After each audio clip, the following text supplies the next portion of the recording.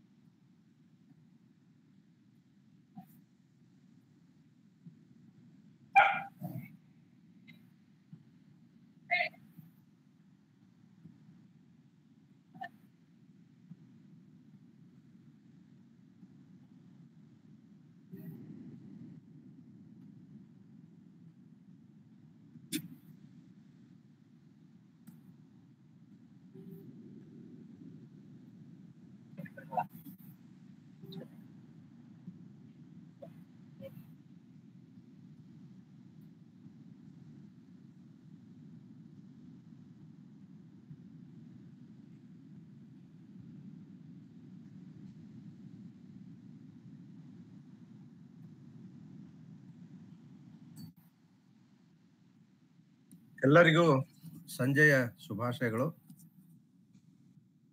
ಮಸ್ಕಿಯ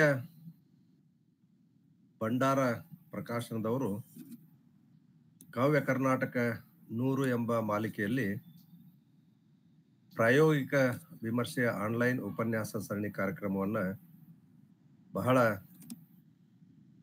ದಿನದಿಂದ ನಡೆಸ್ಕೊಂಡು ಬರ್ತಾ ಇರುವುದನ್ನು ನಾನು ಕೇಳಿದ್ದೇನೆ ಮತ್ತು ಗಮನಿಸಿದ್ದೇನೆ.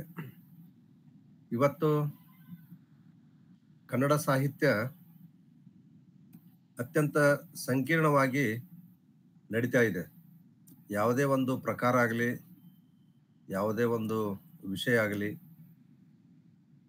ಅದನ್ನು ಗಮನಿಸದೆ ಎಲ್ಲವೂ ಏಕಕಾಲಕ್ಕೆ, ಅಂದರೆ ಹಳಗನ್ನಡ ಸಾಹಿತ್ಯ, ನಡುಗನ್ನಡ ಸಾಹಿತ್ಯ, ಹೊಸಗನ್ನಡ ಸಾಹಿತ್ಯ ಮತ್ತು ಇತರೆ ಆಧುನಿಕ ಸಾಹಿತ್ಯದ ಪ್ರಕಾರಗಳಲ್ಲಿ ಕಾವ್ಯಗಳು ರಚನೆ ಆಗ್ತಾ ಇದ್ದಾವೆ.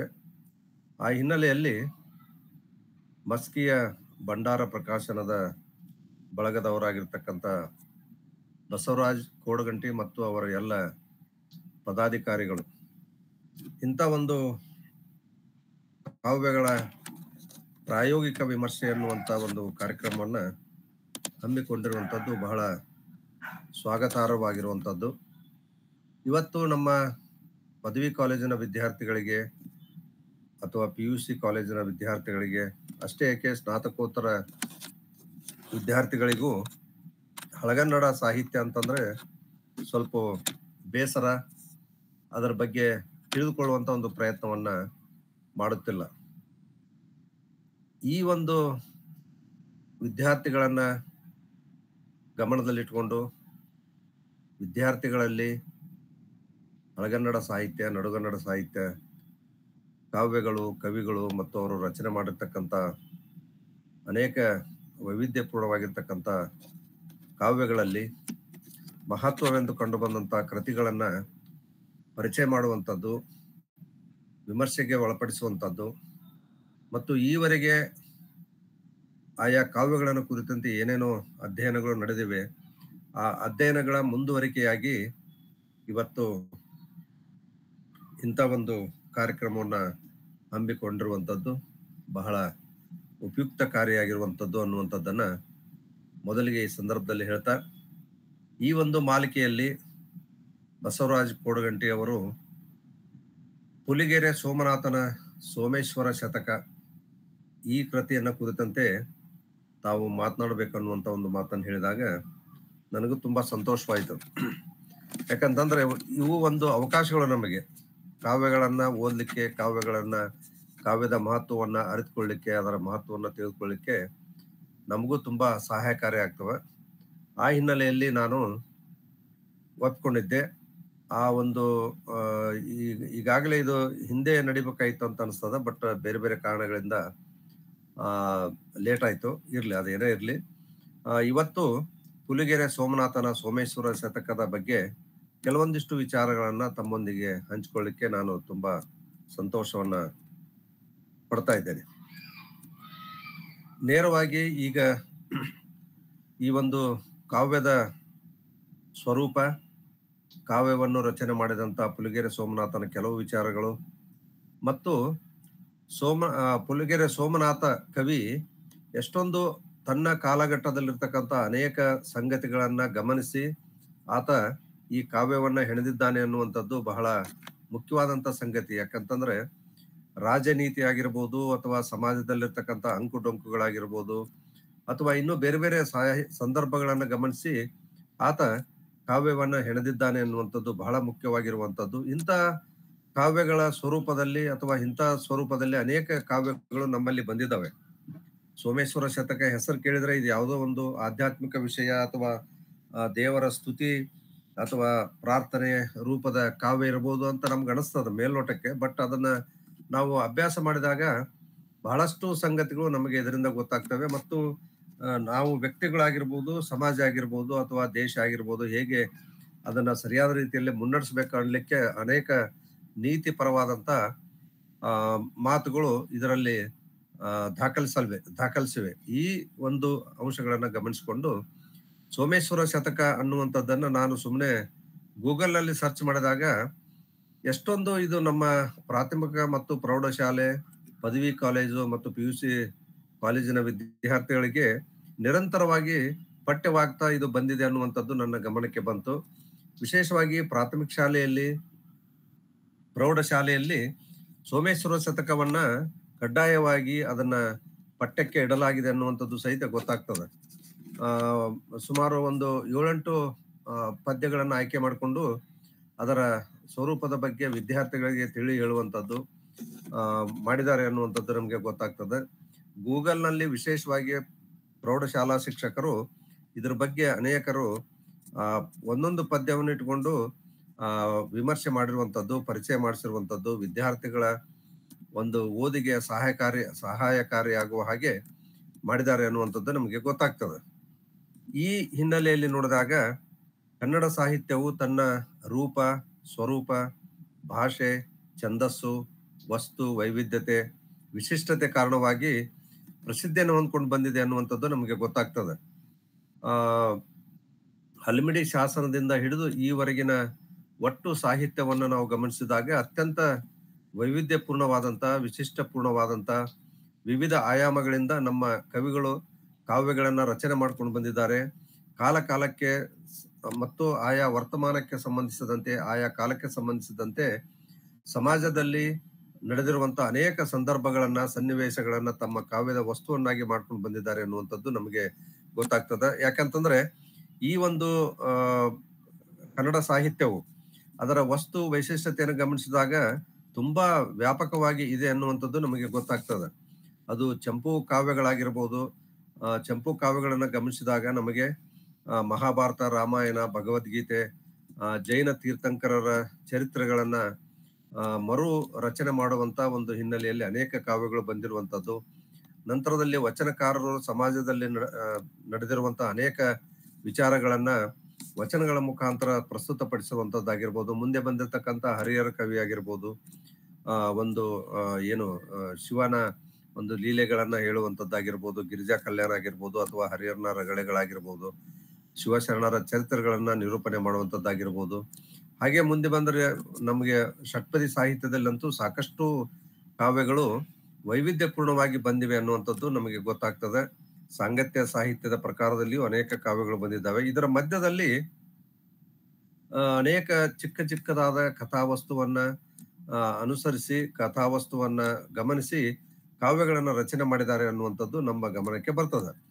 ಅದೇ ಚಂಪು, ವಚನ, ರಗಳೆ, ಷಟ್ಪದಿ, ಸಾಂಗತ್ಯಗಳಂತ ಮುಖ್ಯ ಪ್ರಕಾರಗಳಲ್ಲಿ ನಮ್ಮ ಕವಿಗಳು ಕಾವ್ಯ, ಪುರಾಣ, ಲೌಕಿಕ ಶಾಸ್ತ್ರ ಕೃತಿಗಳನ್ನ ರಚನೆ ಮಾಡುತ್ತಾ ಬಂದಿದ್ದಾರೆ. ಇವುಗಳ ಜೊತೆಗೆ ಶತಕ, ಅಷ್ಟಕ, ತಾರಾವಳಿ, ತ್ರಿಪದಿ, ಚೌಪದಿಗಳಂತ ರೂಪಗಳಲ್ಲಿಯೂ ಅನೇಕ ಚಿಕ್ಕ ಚಿಕ್ಕ ಕಾವ್ಯಗಳು ಮೂಡಿ ಬಂದಿವೆ.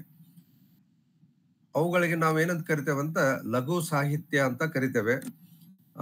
ಆ ಒಂದು ಸಾಹಿತ್ಯ ತುಂಬಾ ವ್ಯಾಪಕವಾಗಿ ಬಂದಿದೆ ಅನ್ನುವಂಥದ್ದನ್ನ ನಾವು ನೋಡಬಹುದು. ಗದುಗಿನ ತೋಂಟದಾರ್ಯ ಮಠದಿಂದ ಸುಮಾರು ಒಂದು 30 ವರ್ಷಗಳ ಹಿಂದೆ ಗೌರವ ಅನ್ನುವಂತ ಒಂದು ಅಭಿನಂದನಾ ಗ್ರಂಥ ಬಂದಿದೆ. ಸಂಸಿ ಬುಷ್ಣೂರ್ ಮಠವರ ಒಂದು ಅಭಿನಂದನಾ ಗ್ರಂಥ. ಆ ಗ್ರಂಥದಲ್ಲಿ ಸುಮಾರು ಅಂದ್ರೆ ಮೇಜರ್ ಕಾವ್ಯ ಪ್ರಕಾರಗಳನ್ನ ಹೊರತುಪಡಿಸಿ ಚಿಕ್ಕ ಚಿಕ್ಕದಾದಂತ ಕಾವ್ಯ ಪ್ರಕಾರಗಳಲ್ಲಿ ಕಾವ್ಯಗಳು ರಚನೆಗೊಂಡಿರುವಂತದ್ದನ್ನ ಒಂದೊಂದು ಲೇಖನದಲ್ಲಿ ಅಲ್ಲಿ ಆ ಗೌರವ ಗ್ರಂಥದಲ್ಲಿ ಅನೇಕ ವಿದ್ವಾಂಸರು ಲೇಖನ ರೂಪದಲ್ಲಿ ಬರೆದಿದ್ದಾರೆ. ಅವು ಯಾವ ಅನ್ನುವಂಥದ್ದನ್ನು ನಾವು ನೋಡಿದಾಗ ಅಷ್ಟಕ, ತಾರಾವಳಿ, ಶತಕ, ತ್ರಿಪದಿ, ಚೌಪದಿ, ಸಾಂಗತ್ಯ ಇಂಥ ಅನೇಕ ರೂಪಗಳಲ್ಲಿ ಮೂಡಿ ಬಂದಿರುವಂಥದ್ದನ್ನು ನಾವು ನೋಡ್ತೇವೆ. ಈ ಒಂದು ಚಿಕ್ಕ ಚಿಕ್ಕ ಕಾವ್ಯ ರೂಪಗಳಲ್ಲಿ ಶತಕ ಸಾಹಿತ್ಯವು ಒಂದು ಅನ್ನುವಂಥದ್ದು ನಾವು ಗಮನಿಸಬೇಕಾಗಿರುವಂಥದ್ದು. ಈ ಶತಕ ಸಾಹಿತ್ಯದ ಬಗ್ಗೆ ಪ್ರೊಫೆಸರ್ ಬಿ.ವಿ. ಗುಂಜಟ್ಟಿ ಅವರು ಕರ್ನಾಟಕ ಕಾಲೇಜಿನಲ್ಲಿ ಅವರು ಕನ್ನಡ ಪ್ರಾಧ್ಯಾಪಕರಾಗಿ ನಿವೃತ್ತಗೊಂಡಿದ್ದಾರೆ. ಈಗ ಅವರು ವಿದ್ಯಾಗುರುಗಳು. ಅವರು ಒಂದು ಪ್ರಚಾರೋಪನ್ಯಾಸ ಮಾಲೆಯಲ್ಲಿ ಕನ್ನಡ ಶತಕ ಸಾಹಿತ್ಯ ಅನ್ನುವಂತ ಒಂದು ಚಿಕ್ಕ ಕೃತಿಯನ್ನ ಸುಮಾರು 40 ವರ್ಷಗಳ ಹಿಂದೆ 1970-75 ಸುಮಾರಿಗೆ ಅವರು ಪ್ರಕಟಪಡಿಸಿರುವಂತದ್ದನ್ನ ನಾವು ನೋಡಬಹುದು. ಅವಾಗ ಅದರ ಮಹತ್ವ ನಮಗೆ ಆ ಕೃತಿಯ ಮುಖಾಂತರ ಗೊತ್ತಾಯ್ತು ಅನ್ನುವಂಥದ್ದನ್ನ ನಾವು ನೋಡಬಹುದು. ಮುಂದೆ ಡಾಕ್ಟರ್ ಅರ್ತಿಕಜೆ ಭಟ್, ಶ್ರೀನಿವಾಸ್ ಅರ್ತಿಕಜೆ ಭಟ್ ಅವರು ಕನ್ನಡದಲ್ಲಿ ಶತಕ ಸಾಹಿತ್ಯ ಅನ್ನುವಂತ ಒಂದು ವಿಷಯವನ್ನ ಆಯ್ದುಕೊಂಡು PhD ಗ್ರಂಥವನ್ನೇ ಅವರು ರಚನೆ ಮಾಡಿ ಪ್ರಕಟ ಮಾಡಿದ್ದಾರೆ. ಅದು ಬಹಳ ವರ್ಷಗಳ ಹಿಂದೆ ಪ್ರಕಟವಾಗಿರುವಂತದ್ದು. ಯಾಕೆ ಈ ಮಾತನ್ನ ಹೇಳ್ತೇನೆ ಅಂತಂದ್ರೆ, ನಮ್ಮ ವಿದ್ಯಾರ್ಥಿಗಳಿಗೆ ಒಂದು ಕಾವ್ಯವನ್ನ ಕುರಿತಂತೆ ಅಥವಾ ಒಂದು ಕಾವ್ಯ ಪ್ರಕಾರವನ್ನು ಕುರಿತಂತೆ ಏನೇನೋ ಅಧ್ಯಯನಗಳು ನಡೆದಿವೆ ಅನ್ನುವಂಥದ್ದನ್ನ ಗಮನಿಸಬೇಕಾಗಿರುವಂಥದ್ದು ಬಹಳ ಮುಖ್ಯವಾಗಿರುವಂಥದ್ದು. ಹೀಗಾಗಿ ಯಾವುದೇ ಒಂದು ಕಾವ್ಯದ ಅಧ್ಯಯನ ಆಗಿರ್ಬೋದು ಅಥವಾ ಕವಿಯ ಅಧ್ಯಯನ ಆಗಿರ್ಬೋದು ಅಥವಾ ಒಂದು ಕಾವ್ಯ ವಸ್ತುವಿನ ಅಧ್ಯಯನ ಆಗಿರ್ಬೋದು, ಅವುಗಳನ್ನ ಕುರಿತು ಅಧ್ಯಯನ ಮಾಡುವಾಗ, ಸಂಶೋಧನೆ ಮಾಡುವಾಗ ನಾವು ಈ ಹಿಂದೆ ಏನೇನು ನಡೆದಿದೆ ಅನ್ನುವಂಥದ್ದನ್ನು ಸಹಿತ ಗಮನಿಸಬೇಕಾಗಿರುವಂಥದ್ದು ಬಹಳ ಮುಖ್ಯವಾಗಿರುವಂಥದ್ದು. ಹೀಗಾಗಿ ಈ ಶತಕ ಸಾಹಿತ್ಯದ ಬಗ್ಗೆ ಇನ್ನೂ ಬೇರೆ ಬೇರೆಯವರು ಲೇಖನ ರೂಪದಲ್ಲಿ ಪ್ರಕಟ ಮಾಡಿರುವಂತದ್ದನ್ನ ನಾವು ಗಮನಿಸಬಹುದು. ಇದು ಹೆಚ್ಚು ಶ್ರೀನಿವಾಸ್ ಅರ್ತಿಕಜೆ ಭಟ್ ಅನ್ನುವಂಥವ್ರು, ಶ್ರೀಕೃಷ್ಣ ಅರ್ತಿಕಜೆ ಭಟ್ ಅವರು ಅಧ್ಯಯನವನ್ನ ಮಾಡಿರುವಂತದ್ದು ಮತ್ತು ಬಿ.ವಿ. ಗುಂಜಟ್ಟಿ ಅವರು ಒಂದು ಚಿಕ್ಕ ಪುಸ್ತಕವನ್ನ ರಚನೆ ಮಾಡಿರುವಂತದ್ದು. ಇದರಲ್ಲಿ ಸಮಗ್ರವಾಗಿ ಕನ್ನಡದಲ್ಲಿ ಯಾರ್ಯಾರು ಶತಕ ಕಾವ್ಯ ಪ್ರಕಾರಗಳಲ್ಲಿ ಕಾವ್ಯಗಳನ್ನ ರಚನೆ ಮಾಡಿದ್ದಾರೆ ಮತ್ತು ಅವರ ಒಟ್ಟು ಧೋರಣೆಗಳೇನು, ಇವೆಲ್ಲ ವಿಚಾರಗಳನ್ನ ಕೂಲಂಕಷವಾಗಿ ದೀರ್ಘವಾಗಿ ಶ್ರೀಕೃಷ್ಣ ಭಟ್ ಅರ್ತಿಕಜೆ ಅವರು ಅಧ್ಯಯನ ಮಾಡಿರುವಂತದ್ದನ್ನ ನಾವು ನೋಡ್ತೇವೆ. ಆಸಕ್ತರು ಆ ಗ್ರಂಥವನ್ನ ಅಭ್ಯಾಸ ಮಾಡಬಹುದು. ಹಾಗೇನೆ ಚಿಕ್ಕದಾಗಿ ಬೇಕು ಅಂತಂದ್ರೆ ಬಿ.ವಿ. ಗುಂಜಟ್ಟಿ ಅವರ ಕನ್ನಡ ಶತಕ ಸಾಹಿತ್ಯ ಒಂದು 20 ಪುಟದ ವ್ಯಾಪ್ತಿಯಲ್ಲಿ ಪ್ರಚಾರೋಪನ್ಯಾಸ ಮಾಲೆಯಲ್ಲಿ ಬಂದಿದೆ. ಅದನ್ನು ಸಹಿತ ಗಮನಿಸಬಹುದು. ಇನ್ನ ನಮ್ಮ ಕನ್ನಡ ಸಾಹಿತ್ಯ ಚರಿತ್ರೆಯಲ್ಲಿ ವಿಶೇಷವಾಗಿ ಮೈಸೂರು ವಿಶ್ವವಿದ್ಯಾಲಯದ ಕನ್ನಡ ಸಾಹಿತ್ಯ ಚರಿತ್ರೆ ಸಂಪುಟಗಳಲ್ಲಿಯೂ ಈ ಕುರಿತಂತೆ ಒಂದು ಲೇಖನ ಪ್ರಕಟವಾಗಿರುವಂತದ್ದು, NS ತಾರಾನಾಥ್ ಅವರು ಬರೆದಿರುವಂತದ್ದು. ಹೀಗೆ ಇನ್ನೂ ಅನೇಕ ಅಲ್ಲಲ್ಲಿ ಅಧ್ಯಯನಗಳು ನಡೆದಿವೆ ಅನ್ನುವಂಥದ್ದನ್ನು ನಾವು ಗಮನಿಸಬಹುದು. ಈ ಒಂದು ಶತಕ ಅನ್ನುವಂತ ಹೆಸರನ್ನ ನಾವು ಕೇಳಿದ್ರೆ ಮೇಲ್ನೋಟಕ್ಕೆ ನಮಗೆ ಗೊತ್ತಾಗ್ತದ, ಇದು ಶತಕ ಅಂತಂದ್ರೆ 100 ಪದ್ಯಗಳನ್ನ ಒಳಗೊಂಡಿರುವ ಕಾವ್ಯಕ್ಕೆ ಶತಕ ಸಾಹಿತ್ಯ ಎಂಬ ಹೆಸರು ರೂಢಿಗೆ ಬಂದಿದೆ ಅನ್ನುವಂಥದ್ದು ನಮಗೆ ಗೊತ್ತಾಗ್ತದ. ಈ ಒಂದು 100 ಪದ್ಯಗಳು ಅವು ಬೇರೆ ಬೇರೆ ಛಂದಸ್ಸಿನಲ್ಲಿ ರಚನೆಗೊಂಡಿರುವಂತವು. ನಾವು ಖ್ಯಾತ ಕರ್ನಾಟಕ ವೃತ್ತಗಳಾಗಿರ್ಬೋದು ಅಥವಾ ಷಟ್ಪದಿ ಆಗಿರ್ಬೋದು ಅಥವಾ ಸಾಂಗತ್ಯ ಆಗಿರ್ಬೋದು ಅಥವಾ ಇನ್ನು ಬೇರೆ ಬೇರೆ ರೂಪಗಳಲ್ಲಿ ಈ ನಮ್ಮ ಕವಿಗಳು ಶತಕ ಪ್ರಕಾರದಲ್ಲಿ ಕಾವ್ಯಗಳನ್ನ ರಚನೆ ಮಾಡಿದ್ದಾರೆ ಅನ್ನುವಂಥದ್ದು ನಮಗೆ ಗೊತ್ತಾಗ್ತದೆ. ಹೀಗಾಗಿ ಕನಿಷ್ಠ 100 ಪದ್ಯಗಳನ್ನು ಒಳಗೊಂಡಿರುವಂತ ಒಂದು ಕಾವ್ಯ ಪ್ರಕಾರಕ್ಕೆ ನಾವು ಕನ್ನಡ ಶತಕ ಸಾಹಿತ್ಯ ಅಂತೇಳಿ ಕರೆದುಕೊಂಡು ಬಂದಿದ್ದೇವೆ. ಆ ಪ್ರಕಾರನೇ ನಮ್ಮಲ್ಲಿ ಬೆಳೆದುಕೊಂಡು ಬಂದಿರುವಂತದ್ದು. 100 ಪದ್ಯಗಳಂದ್ರೆ 100 ಇರುವುದಿಲ್ಲವು, 110, 115, 105 ಹೀಗೆ ಸುಮಾರು ಒಂದು 125ರವರೆಗೂ ಇದರ ಸಂಖ್ಯೆ ಬೆಳೆದಿದೆ ಅನ್ನುವಂಥದ್ದನ್ನ ನಾವು ನೋಡಬಹುದು. ಆ, ಈ ಒಂದು ಶತಕ ಸಾಹಿತ್ಯದ ಮುಖ್ಯವಾದಂತ ವಸ್ತು ಏನಂತಂದ್ರೆ ಭಕ್ತಿ, ಜ್ಞಾನ, ವೈರಾಗ್ಯ, ತತ್ವ, ನೀತಿ, ಶೃಂಗಾರ, ಸ್ತುತಿ, ಸ್ತೋತ್ರ, ಮಹಿಮಾತಿಶಯಗಳನ್ನ ವರ್ಣನಾತ್ಮಕವಾಗಿ ನಿರೂಪಿ ನಿರೂಪಿಸ ನಿರೂಪಣೆ ಮಾಡಿರುವಂತದ್ದನ್ನ ನಾವು ಈ ಒಂದು ಶತಕ ಸಾಹಿತ್ಯವನ್ನು ಕುರಿತಂತೆ ಬಂದಿರತಕ್ಕಂತ ಕೃತಿಗಳಲ್ಲಿ ನೋಡ್ಲಿಕ್ಕೆ ಸಾಧ್ಯವಿದೆ. ವಿಶೇಷವಾಗಿ ಖ್ಯಾತ ಕರ್ನಾಟಕ ವೃತ್ತಗಳ ಒಂದು ಬಳಕೆ ಬಹಳ ಪ್ರಮಾಣದಲ್ಲಿ ನಡೆದಿದೆ ಅನ್ನುವಂಥದ್ದು ನಮಗೆ ಗೊತ್ತಾಗ್ತದೆ. ಸಂಸ್ಕೃತ ಭೂಯಿಷ್ಠವಾಗಿರ್ತಕ್ಕಂಥ ಒಂದು ಭಾಷೆ, ಪ್ರತಿ ಪದ್ಯದ ಕೊನೆಯಲ್ಲಿ ಅಂಕಿತವಿರುವುದು ಸಾಮಾನ್ಯವಾಗಿ ನಮಗೆ ಕಂಡು ಬರ್ತದೆ. ಈಗ ಮುಂದೆ ಆ ಒಂದು ವಿಚಾರವನ್ನು ಹೇಳಿದಾಗ ಡೀಟೇಲ್ ಆಗಿ ಹೇಳ್ತೇನೆ ನಾನು. ಪ್ರತಿಯೊಬ್ಬ ವ್ಯಕ್ತಿಯು ತನ್ನ ಶುದ್ಧ ಚಾರಿತ್ರದ ಮೂಲಕ ಸ್ವಸ್ಥ ಸಮಾಜವನ್ನು ನಿರ್ಮಾಣ ಮಾಡುವುದು, ನಮ್ಮ ತಿಳುವಳಿಕೆಯನ್ನು ವಿಸ್ತರಿಸುವುದು, ತತ್ವ ಸಿದ್ಧಾಂತಗಳನ್ನ ನಿರೂಪಿಸುವುದು ಈ ಒಂದು ಶತಕ ಸಾಹಿತ್ಯದ ಒಂದು ಬಹುಮುಖ್ಯವಾದಂತಹ ಉದ್ದೇಶವಾಗಿದೆ ಅನ್ನುವಂಥದ್ದನ್ನ ನಾವು ನೋಡ್ಬೋದು. ವ್ಯಕ್ತಿ ಹೇಗೆ ಶುದ್ಧವಾಗಿ ತನ್ನ ಚಾರಿತ್ರದ ಮುಖಾಂತರ ತನ್ನ ದಿನನಿತ್ಯದ ಆತನ ದಿನಚರಿಯಲ್ಲಿ ಆತ ಜೀವನವನ್ನು ಸಾಗಿಸ್ಬೇಕು, ಆ ಮೂಲಕ ಸ್ವಸ್ಥ ಸಮಾಜವನ್ನ ಕಟ್ಟಬೇಕು ಅಥವಾ ನಿರ್ಮಾಣ ಮಾಡ್ಬೇಕನ್ನುವಂಥದ್ದು ವಿಚಾರಗಳನ್ನ ಹೇಳುವುದಕ್ಕಾಗಿಯೇ ಇಂಥ ಅನೇಕ ನೀತಿಪರವಾದಂತ ವಿಚಾರಗಳನ್ನ ಶತಕ ಸಾಹಿತ್ಯದಲ್ಲಿ ಹೇಳಿರುವಂತದ್ದನ್ನ ನಾವು ನೋಡ್ತೇವೆ. ಈ ಒಂದು ಸಾಹಿತ್ಯ ರಚನೆಗೆ ಅಂದ್ರೆ ಶತಕ ಸಾಹಿತ್ಯ ರಚನೆ ಎಲ್ಲಿಂದ ಪ್ರಾರಂಭವಾಯಿತು ಅನ್ನುವಂಥದ್ದನ್ನ ನಾವು ಗಮನಿಸಿದಾಗ ಇದಕ್ಕೆ ಸರಿಸುಮಾರು ಒಂದು 10 ಶತಮಾನಗಳ ಇತಿಹಾಸವಿದೆ ಅನ್ನುವಂಥದ್ದನ್ನ ನಾವು ನೋಡ್ಬೋದು. ವಿದ್ವಾಂಸರು ಈಗಾಗಲೇ ಈ ಕುರಿತಂತೆ ಅಧ್ಯಯನ ಮಾಡಿದಂತೆ 1070ರಲ್ಲಿ ಕ್ರಿಸ್ತ ಶಕ 1070ರಲ್ಲಿ ಜೈನ ಕವಿಯಾಗಿರ್ತಕ್ಕಂಥ ನಾಗವರ್ಮಾಚಾರ್ಯನು ಬರೆದ ಚಂದ್ರ ಚೂಡಾಮಣಿ ಶತಕವೇ ಈಗ ದೊರೆತಿರುವ ಮೊದಲ ಶತಕ. ನಾಗವರ್ಮಾಚಾರ್ಯನು ಬರೆದ ಚಂದ್ರ ಚೂಡಾಮಣಿ ಶತಕ ಹೆಸರಿನ ಒಂದು ಗ್ರಂಥ ಏನಿದೆಯಲ್ಲ, ಇದು ಈಗ ನಮಗೆ ದೊರೆತಿರ್ತಕ್ಕಂಥ ಒಂದು ಮೊದಲ ಶತಕ ಅನ್ನುವಂಥದ್ದನ್ನ ನಾವು ಗಮನಿಸಬಹುದು. ಇಲ್ಲಿಂದ ಮುಂದೆ ಕರ್ನಾಟಕದಲ್ಲಿ ಅನೇಕ ಕವಿಗಳಿಂದ ಶತಕ ಸಾಹಿತ್ಯದಲ್ಲಿ ವಿಪುಲವಾದಂತ ಕೃಷಿ ನಡೆಯಿತು ಅನ್ನುವಂಥದ್ದನ್ನ ನಾವು ಗಮನಿಸ್ತಾ ಹೋದ್ರೆ 400ಕ್ಕೂ ಹೆಚ್ಚು ಶತಕ ಪ್ರಕಾರದಲ್ಲಿ ಕಾವ್ಯಗಳು ರಚನೆಗೊಂಡಿದ್ದಾವೆ ಅನ್ನುವಂಥದ್ದನ್ನ ನಾವು ನೋಡಬಹುದು. ಶ್ರೀಕೃಷ್ಣ ಭಟ್ ಅರ್ತಿಕಜೆ ಅವರು ತಮ್ಮ ಸಂಶೋಧನಾ ಪ್ರಬಂಧದಲ್ಲಿ ಕೊನೆಗೊಂದು ಲಿಸ್ಟ್ ಕೊಟ್ಟಿದ್ದಾರೆ. ಈವರೆಗೆ ಬಂದಿರತಕ್ಕಂತ ಅಥವಾ ಕನ್ನಡದಲ್ಲಿ ರಚನೆಗೊಂಡಿರ್ತಕ್ಕಂಥ ಶತಕ ಕಾವ್ಯಗಳ ಬಗ್ಗೆ ಒಂದು ಲಿಸ್ಟ್ ಅನ್ನು ಕೊಟ್ಟಿದ್ದಾರೆ. ಅದು 400ಕ್ಕೂ ಹೆಚ್ಚು ಅಲ್ಲಿ ಕೃತಿಗಳು ಬಂದಿವೆ ಅನ್ನುವಂಥದ್ದನ್ನ ನಾವು ನೋಡ್ಬೋದು. ಇದು ಶತಕ ಸಾಹಿತ್ಯದ ಒಂದು ಜನಪ್ರಿಯತೆ ಎಷ್ಟು ಇದೆ ಅನ್ನುವಂಥದ್ದನ್ನ ಗುರುತಿಸಲಿಕ್ಕೆ ನಮಗೆ ಸಾಧ್ಯವಾಗ್ತದೆ. ಈಗಾಗಲೇ ಹೇಳಿದಂತೆ ನಾಗವರ್ಮಾಚಾರ್ಯನ ಚಂದ್ರ ಚೂಡಾಮಣಿ ಶತಕ, ಹರಿಹರನ ರಕ್ಷಾ ಶತಕ, ಪಂಪಾ ಶತಕ, ಮೊಗ್ಗೆ ಮಾಯಿದೇವನ ಶಿವಾವಲ್ಲಭ ಶತಕ, ರತ್ನಾಕರವರ್ಣಿಯ ರತ್ನಾಕರಾದೀಶ್ವರ ಶತಕ, ಶಂಕರ ಶತಕ, ನಿಜಲಿಂಗ ಶತಕ, ಹೀಗೆ ಅನೇಕ ಕಾವ್ಯಗಳು ಶತಕದಲ್ಲಿ ರಚನೆಗೊಂಡಿವೆ ಅನ್ನುವಂಥದ್ದನ್ನ ಇಲ್ಲಿ ಗಮನಿಸ್ತಾ ಹೋಗ್ಬೋದು. ಒಟ್ಟು ಈವರೆಗಿನ ಶತಕ ಕಾವ್ಯಗಳನ್ನ ನಾವು ಶತಕ ಸಾಹಿತ್ಯದ ಕಾವ್ಯಗಳನ್ನ ಪರಾಮರ್ಶನ ಮಾಡಿದಾಗ ನಾ ಹೇಳಿದ್ನಲ್ಲ, ಪದ್ಯಗಳ ಸಂಖ್ಯೆ 100ರಿಂದ 125ರವರೆಗೂ ಅದು ಬೆಳೆದಿದೆ ಅನ್ನುವಂಥದ್ದು ನಮಗೆ ಗೊತ್ತಾಗ್ತದೆ. ಖ್ಯಾತ ಕರ್ನಾಟಕ ವೃತ್ತಗಳ ಜೊತೆಗೆ ಕಂದ, ಷಟ್ಪದಿ, ತ್ರಿಪದಿ, ಸಾಹಿತ್ಯ, ಚೌಪದಿ ಇತ್ಯಾದಿ ಚಂದೋರೂಪಗಳಲ್ಲಿಯೂ ಶತಕಗಳು ರಚನೆಗೊಂಡಿವೆ ಅನ್ನುವಂಥದ್ದು ಇದರಿಂದ ನಮಗೆ ಗುರುತಿಸಲಿಕ್ಕೆ ಸಾಧ್ಯವಾಗ್ತದೆ. ಈ ಒಂದು ಶತಕ ಸಾಹಿತ್ಯದ ಒಂದು ವಿಶೇಷವಾದಂತ ಆಶಯವನ್ನು ನಾವು ಗಮನಿಸಿದಾಗ ಏನು ಬಸವಾದಿ ಶಿವಶರಣರು ಪ್ರತಿಪಾದಿಸಿದಂತ ಮೌಲ್ಯಗಳೇನಿದ್ವಲ್ಲ, ಸಕಲ ಜೀವಾತ್ಮರಿಗೆ ಲೇಸನ್ನುಂಟು ಮಾಡುವಂಥದ್ದು, ಸಜ್ಜನರ ಸಹವಾಸದಲ್ಲಿರುವಂಥದ್ದು ಅಥವಾ ಸಂಘದಲ್ಲಿರುವಂಥದ್ದು, ಕಾಯಕವೇ ಕೈಲಾಸ ಅನ್ನುವಂತ ಒಂದು ತತ್ವದ ಹಿನ್ನೆಲೆಯಲ್ಲಿ ಮುನ್ನಡೆಯುವಂಥದ್ದು, ದಯವೇ ಧರ್ಮದ ಮೂಲವಯ್ಯ ಅನ್ನುವಂತ ಇಂಥ ಅನೇಕ ಉದಾತ್ತ ಮೌಲ್ಯಗಳೇನಿದಾವಲ್ಲ, ಇಂಥ ಉದಾತ್ತ ಮೌಲ್ಯಗಳನ್ನ ಪ್ರತಿಪಾದಿಸುವಂತದ್ದೇ ಈ ಒಂದು ಶತಕಗಳ ಒಂದು ಮುಖ್ಯವಾದಂತ ಆಶಯವಾಗಿದೆ ಅನ್ನುವಂಥದ್ದು ನಾವು ಗಮನಿಸಬಹುದು.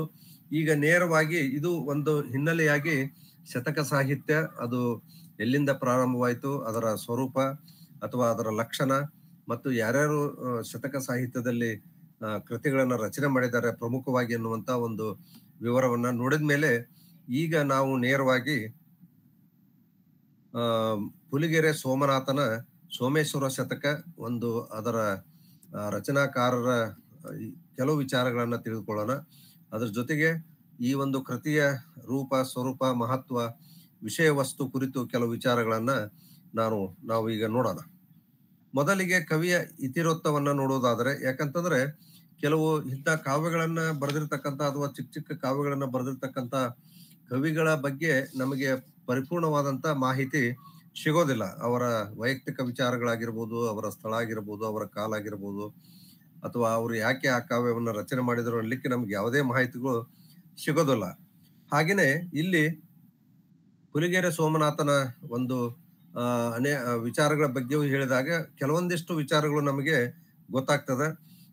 ಈ ಒಂದು ಶತಕದ ಒಂದು ರಚನಾಕಾರರು ಸೋಮ ಅಥವಾ ಸೋಮನಾಥ ಅಥವಾ ಸೋಮೇಶ ಅಂತೇಳಿ ಆ ಒಂದು ಕಾವ್ಯದಲ್ಲಿ ಕರೆದಿರುವಂತದ್ದನ್ನ ನಾವು ನೋಡ್ಬೋದು. ಪುಲಿಗೆರೆ ಸೋಮ, ಪುಲಿಗೆರೆ ಸೋಮನಾಥ, ಪುಲಿಗೆರೆ ಸೋಮೇಶ ಅನ್ನುವಂತ ಒಂದು ಹೆಸರಿನಿಂದ ಅಲ್ಲಿ ಕರೆದಿರುವಂತದ್ದನ್ನ ನಾವು ಗಮನಿಸಬಹುದು. ಪುಲಿಗೆರೆ ಈತನ ಸ್ಥಳ ಅಂದ್ರೆ ಈಗಿನ ಲಕ್ಷ್ಮೇಶ್ವರ ಏನಿದೆಯಲ್ಲ, ಪುಲಿಗೆರೆ ಮುನ್ನೂರು, ಬೆಳ್ವಲ ಮುನ್ನೂರು ಅಂತೇಳಿ ಹಿಂದೆ ಆಡಳಿತದ ಒಂದು ರಾಜಧಾನಿ ಕೇಂದ್ರಗಳಾಗಿದ್ದವು. ಬೆಳ್ವಲ ಮುನ್ನೂರು ಅನ್ನುವಂಥದ್ದು ಅಣ್ಣಿಗೇರಿ, ಪುಲಿಗೆರೆ ಮುನ್ನೂರು ಅನ್ನುವಂಥದ್ದು ಲಕ್ಷ್ಮೇಶ್ವರದ ಒಂದು ರಾಜಧಾನಿ. ಹೀಗಾಗಿ ಪುಲಿಗೆರೆ ಅಂತಂದ್ರೆ ಲಕ್ಷ್ಮೇಶ್ವರದವನು ಅನ್ನುವಂಥದ್ದು ಇದ್ರ ಮುಖಾಂತರ ನಮಗೆ ಗೊತ್ತಾಗ್ತದೆ. ಒಂದು 3 ಪದ್ಯಗಳಲ್ಲಿ ಈ ಒಂದು ತನ್ನ ಹೆಸರು, ತನ್ನ ಸ್ಥಳದ ಬಗ್ಗೆ ಆತ ಕೆಲವೊಂದಿಷ್ಟು ಸಾಂದರ್ಭಿಕವಾಗಿ ಹೇಳಿದ್ದಾನೆ. ನೀತಿಯೇ ಸಾಧನಂ ಸಕಲ ಲೋಕಕ್ಕೆಲ್ಲ ಬೇಕೆಂದು ಪೇಳಿದ ಸೋಮ ಅಂತೇಳಿ ಇಲ್ಲಿ ಒಂದು ಇದನ್ನ ಹೇಳಿದ್ದಾನೆ ಪದ್ಯ 3ರಲ್ಲಿ. ಇನ್ನ ದೇವದೇವಂ ಪುಲಿಗೆರೆ ನಗರಿ ಶಾಸನಾಂಕ ಮೃಗಾಂಕಂ ಸೋಮೇಶ್ ಅಂತೇಳಿ ಕರೆದುಕೊಂಡಿರುವಂತದ್ದು, ಪುಲಿಗೆರೆ ನಗರಿ ಶಾಸನಾಂಕ ಮಹೇಶ ಅಂತೇಳಿ ಕರೆದಿರುವಂತದ್ದು. ಹೀಗೆ ಸೋಮೇಶ್ವರ ಶತಕದ ಕರ್ತೃ ಪುಲಿಗೆರೆಯ ಸೋಮೇಶ ಅಥವಾ ಸೋಮನಾಥ ಅನ್ನುವಂಥದ್ದು ನಮಗೆ ಸ್ಪಷ್ಟವಾಗ್ತದೆ. ಹೀಗಿದ್ರೂ ಸಹಿತ ವಿದ್ವಾಂಸರು ಈ ಒಂದು ಶತಕದ ಕರ್ತೃಗಳ ಬಗ್ಗೆ ಅನೇಕ ಭಿನ್ನಾಭಿಪ್ರಾಯಗಳನ್ನ ಹೊಂದಿರುವಂತದ್ದನ್ನ ನಾವು ಗಮನಿಸ್ಬೇಕಾಗ್ತದೆ. ಅದನ್ನ ವಿಚಾರ ಮಾಡಬಹುದು.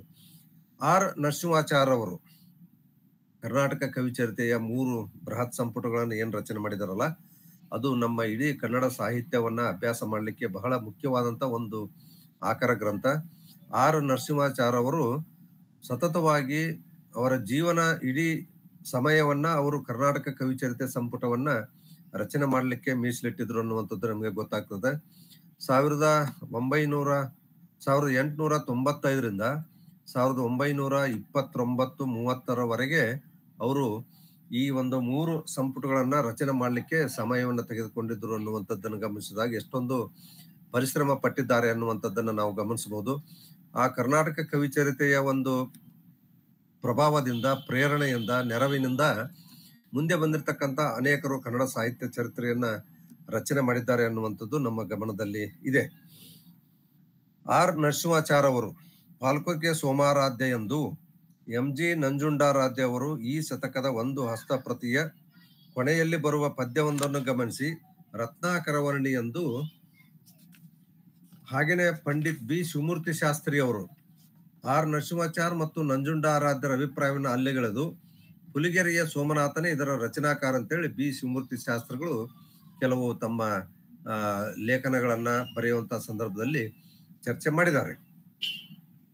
ಶಿವಮೂರ್ತಿ ಶಾಸ್ತ್ರಿಗಳ ಈ ತೀರ್ಮಾನವನ್ನ ಅಂದ್ರೆ ಪುಲಿಗೆರೆಯ ಸೋಮನಾಥನೇ ಸೋಮೇಶ್ವರ ಶತಕವನ್ನು ರಚನೆ ಮಾಡಿದಂತ ಕವಿ ಅನ್ನುವಂತ ಒಂದು ಅಭಿಪ್ರಾಯವನ್ನ ಪಂಡಿತ್ ಬಿ ಶಿವಮೂರ್ತಿ ಶಾಸ್ತ್ರಿಗಳು ಕೊಟ್ಟಿರುವಂತದ್ದು. ಇವರು ಒಬ್ಬ ದೊಡ್ಡ ವಿದ್ವಾಂಸರಾಗಿದ್ರು, ಪಂಡಿತರಾಗಿದ್ರು.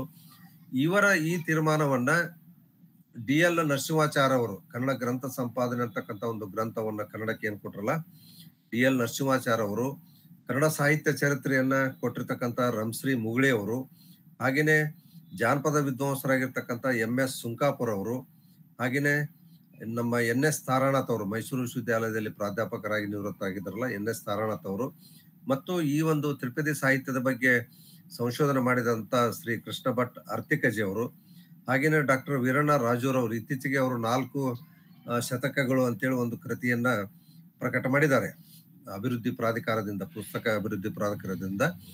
ಇವರೆಲ್ಲರೂ ಸಹಿತ ಪುಲಿಗೆರೆಯ ಸೋಮನಾಥನೇ ಈ ಒಂದು ಸೋಮೇಶ್ವರ ಶತಕದ ಕರ್ತೃ ಅನ್ನುವಂಥದ್ದನ್ನ ಒಪ್ಪಿಕೊಂಡಿದ್ದಾರೆ.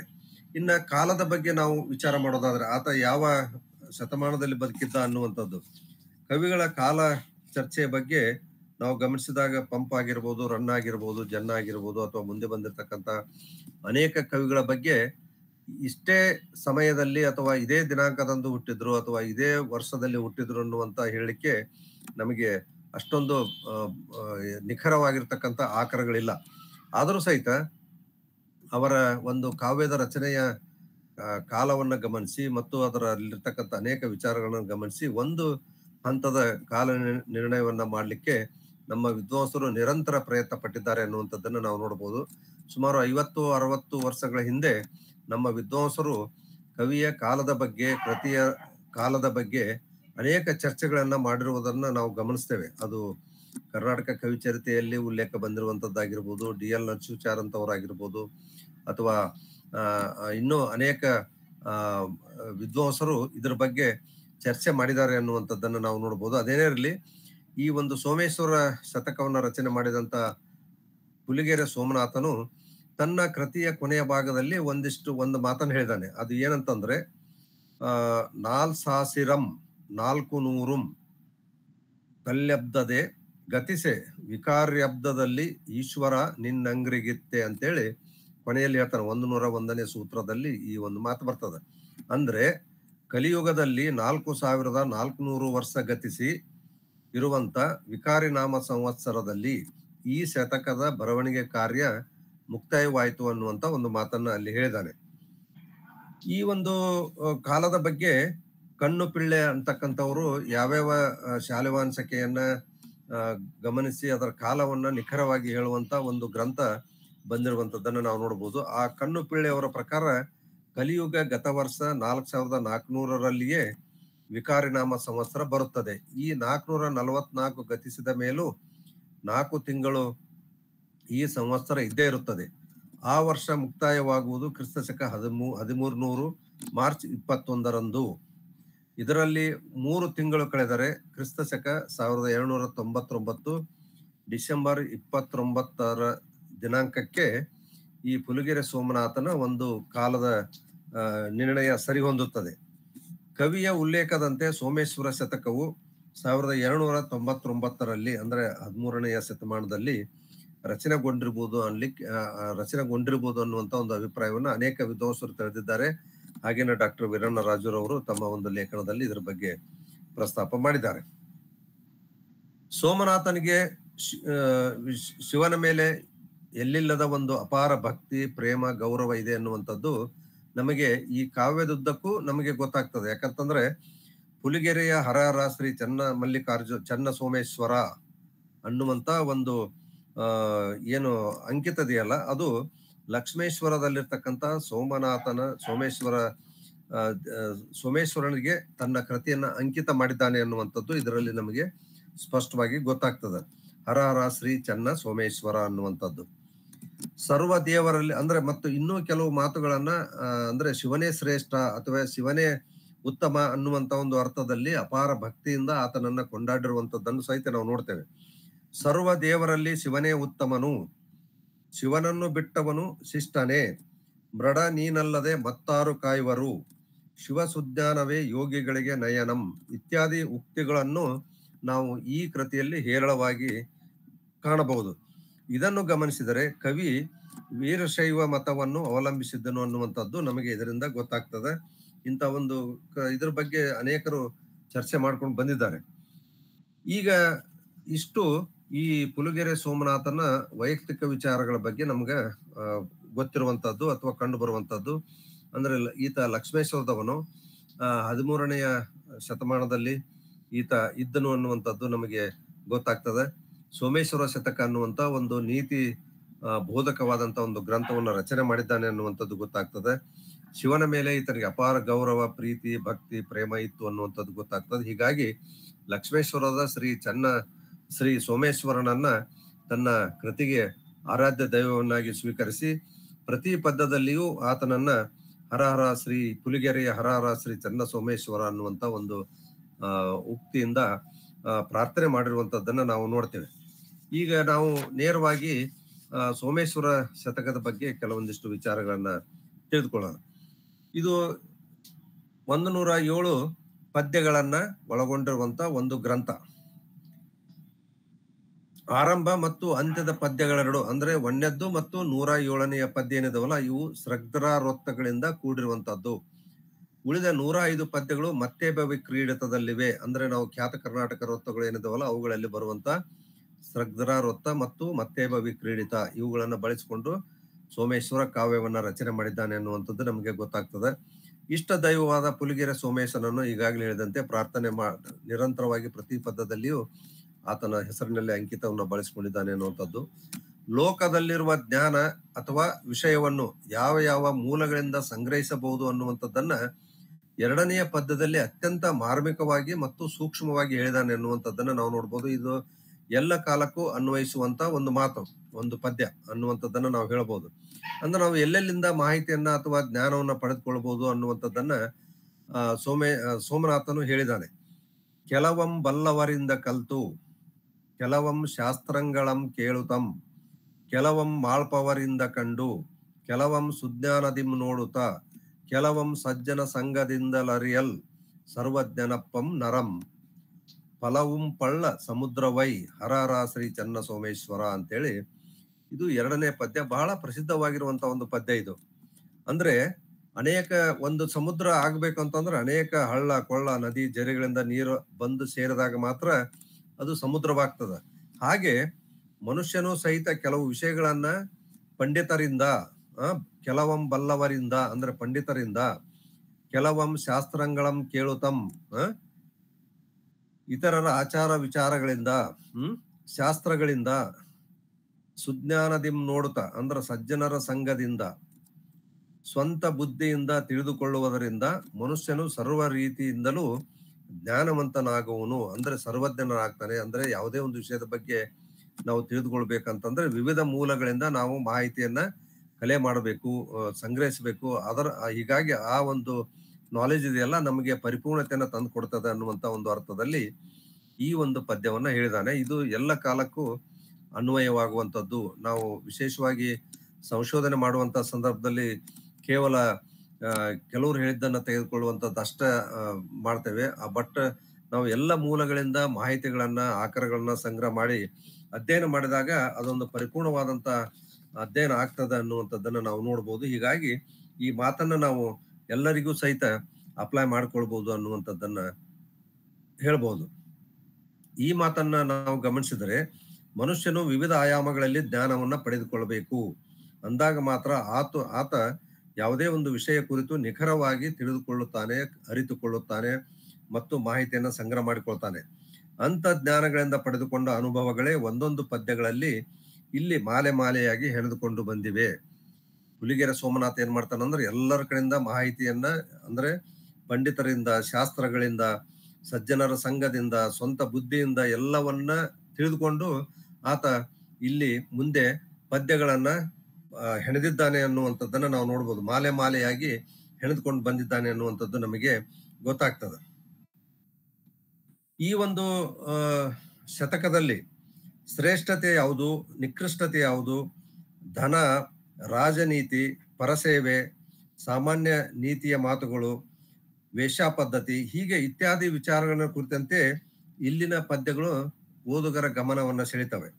ಈ ವಿಷಯಗಳ ನಿರೂಪಣೆಗಾಗಿ, ಸ್ಪಷ್ಟತೆಗಾಗಿ ಕೆಲವು ಪ್ರಾಚೀನವಾದ ಕಥಾ ಪ್ರಸಂಗಗಳನ್ನು ಸಹಿತ ಸೋಮನಾಥನು ಇಲ್ಲಿ ಸಂಕ್ಷಿಪ್ತವಾಗಿ ಹೇಳಿರುವಂತದ್ದನ್ನ ನಾವು ನೋಡ್ಬೋದು.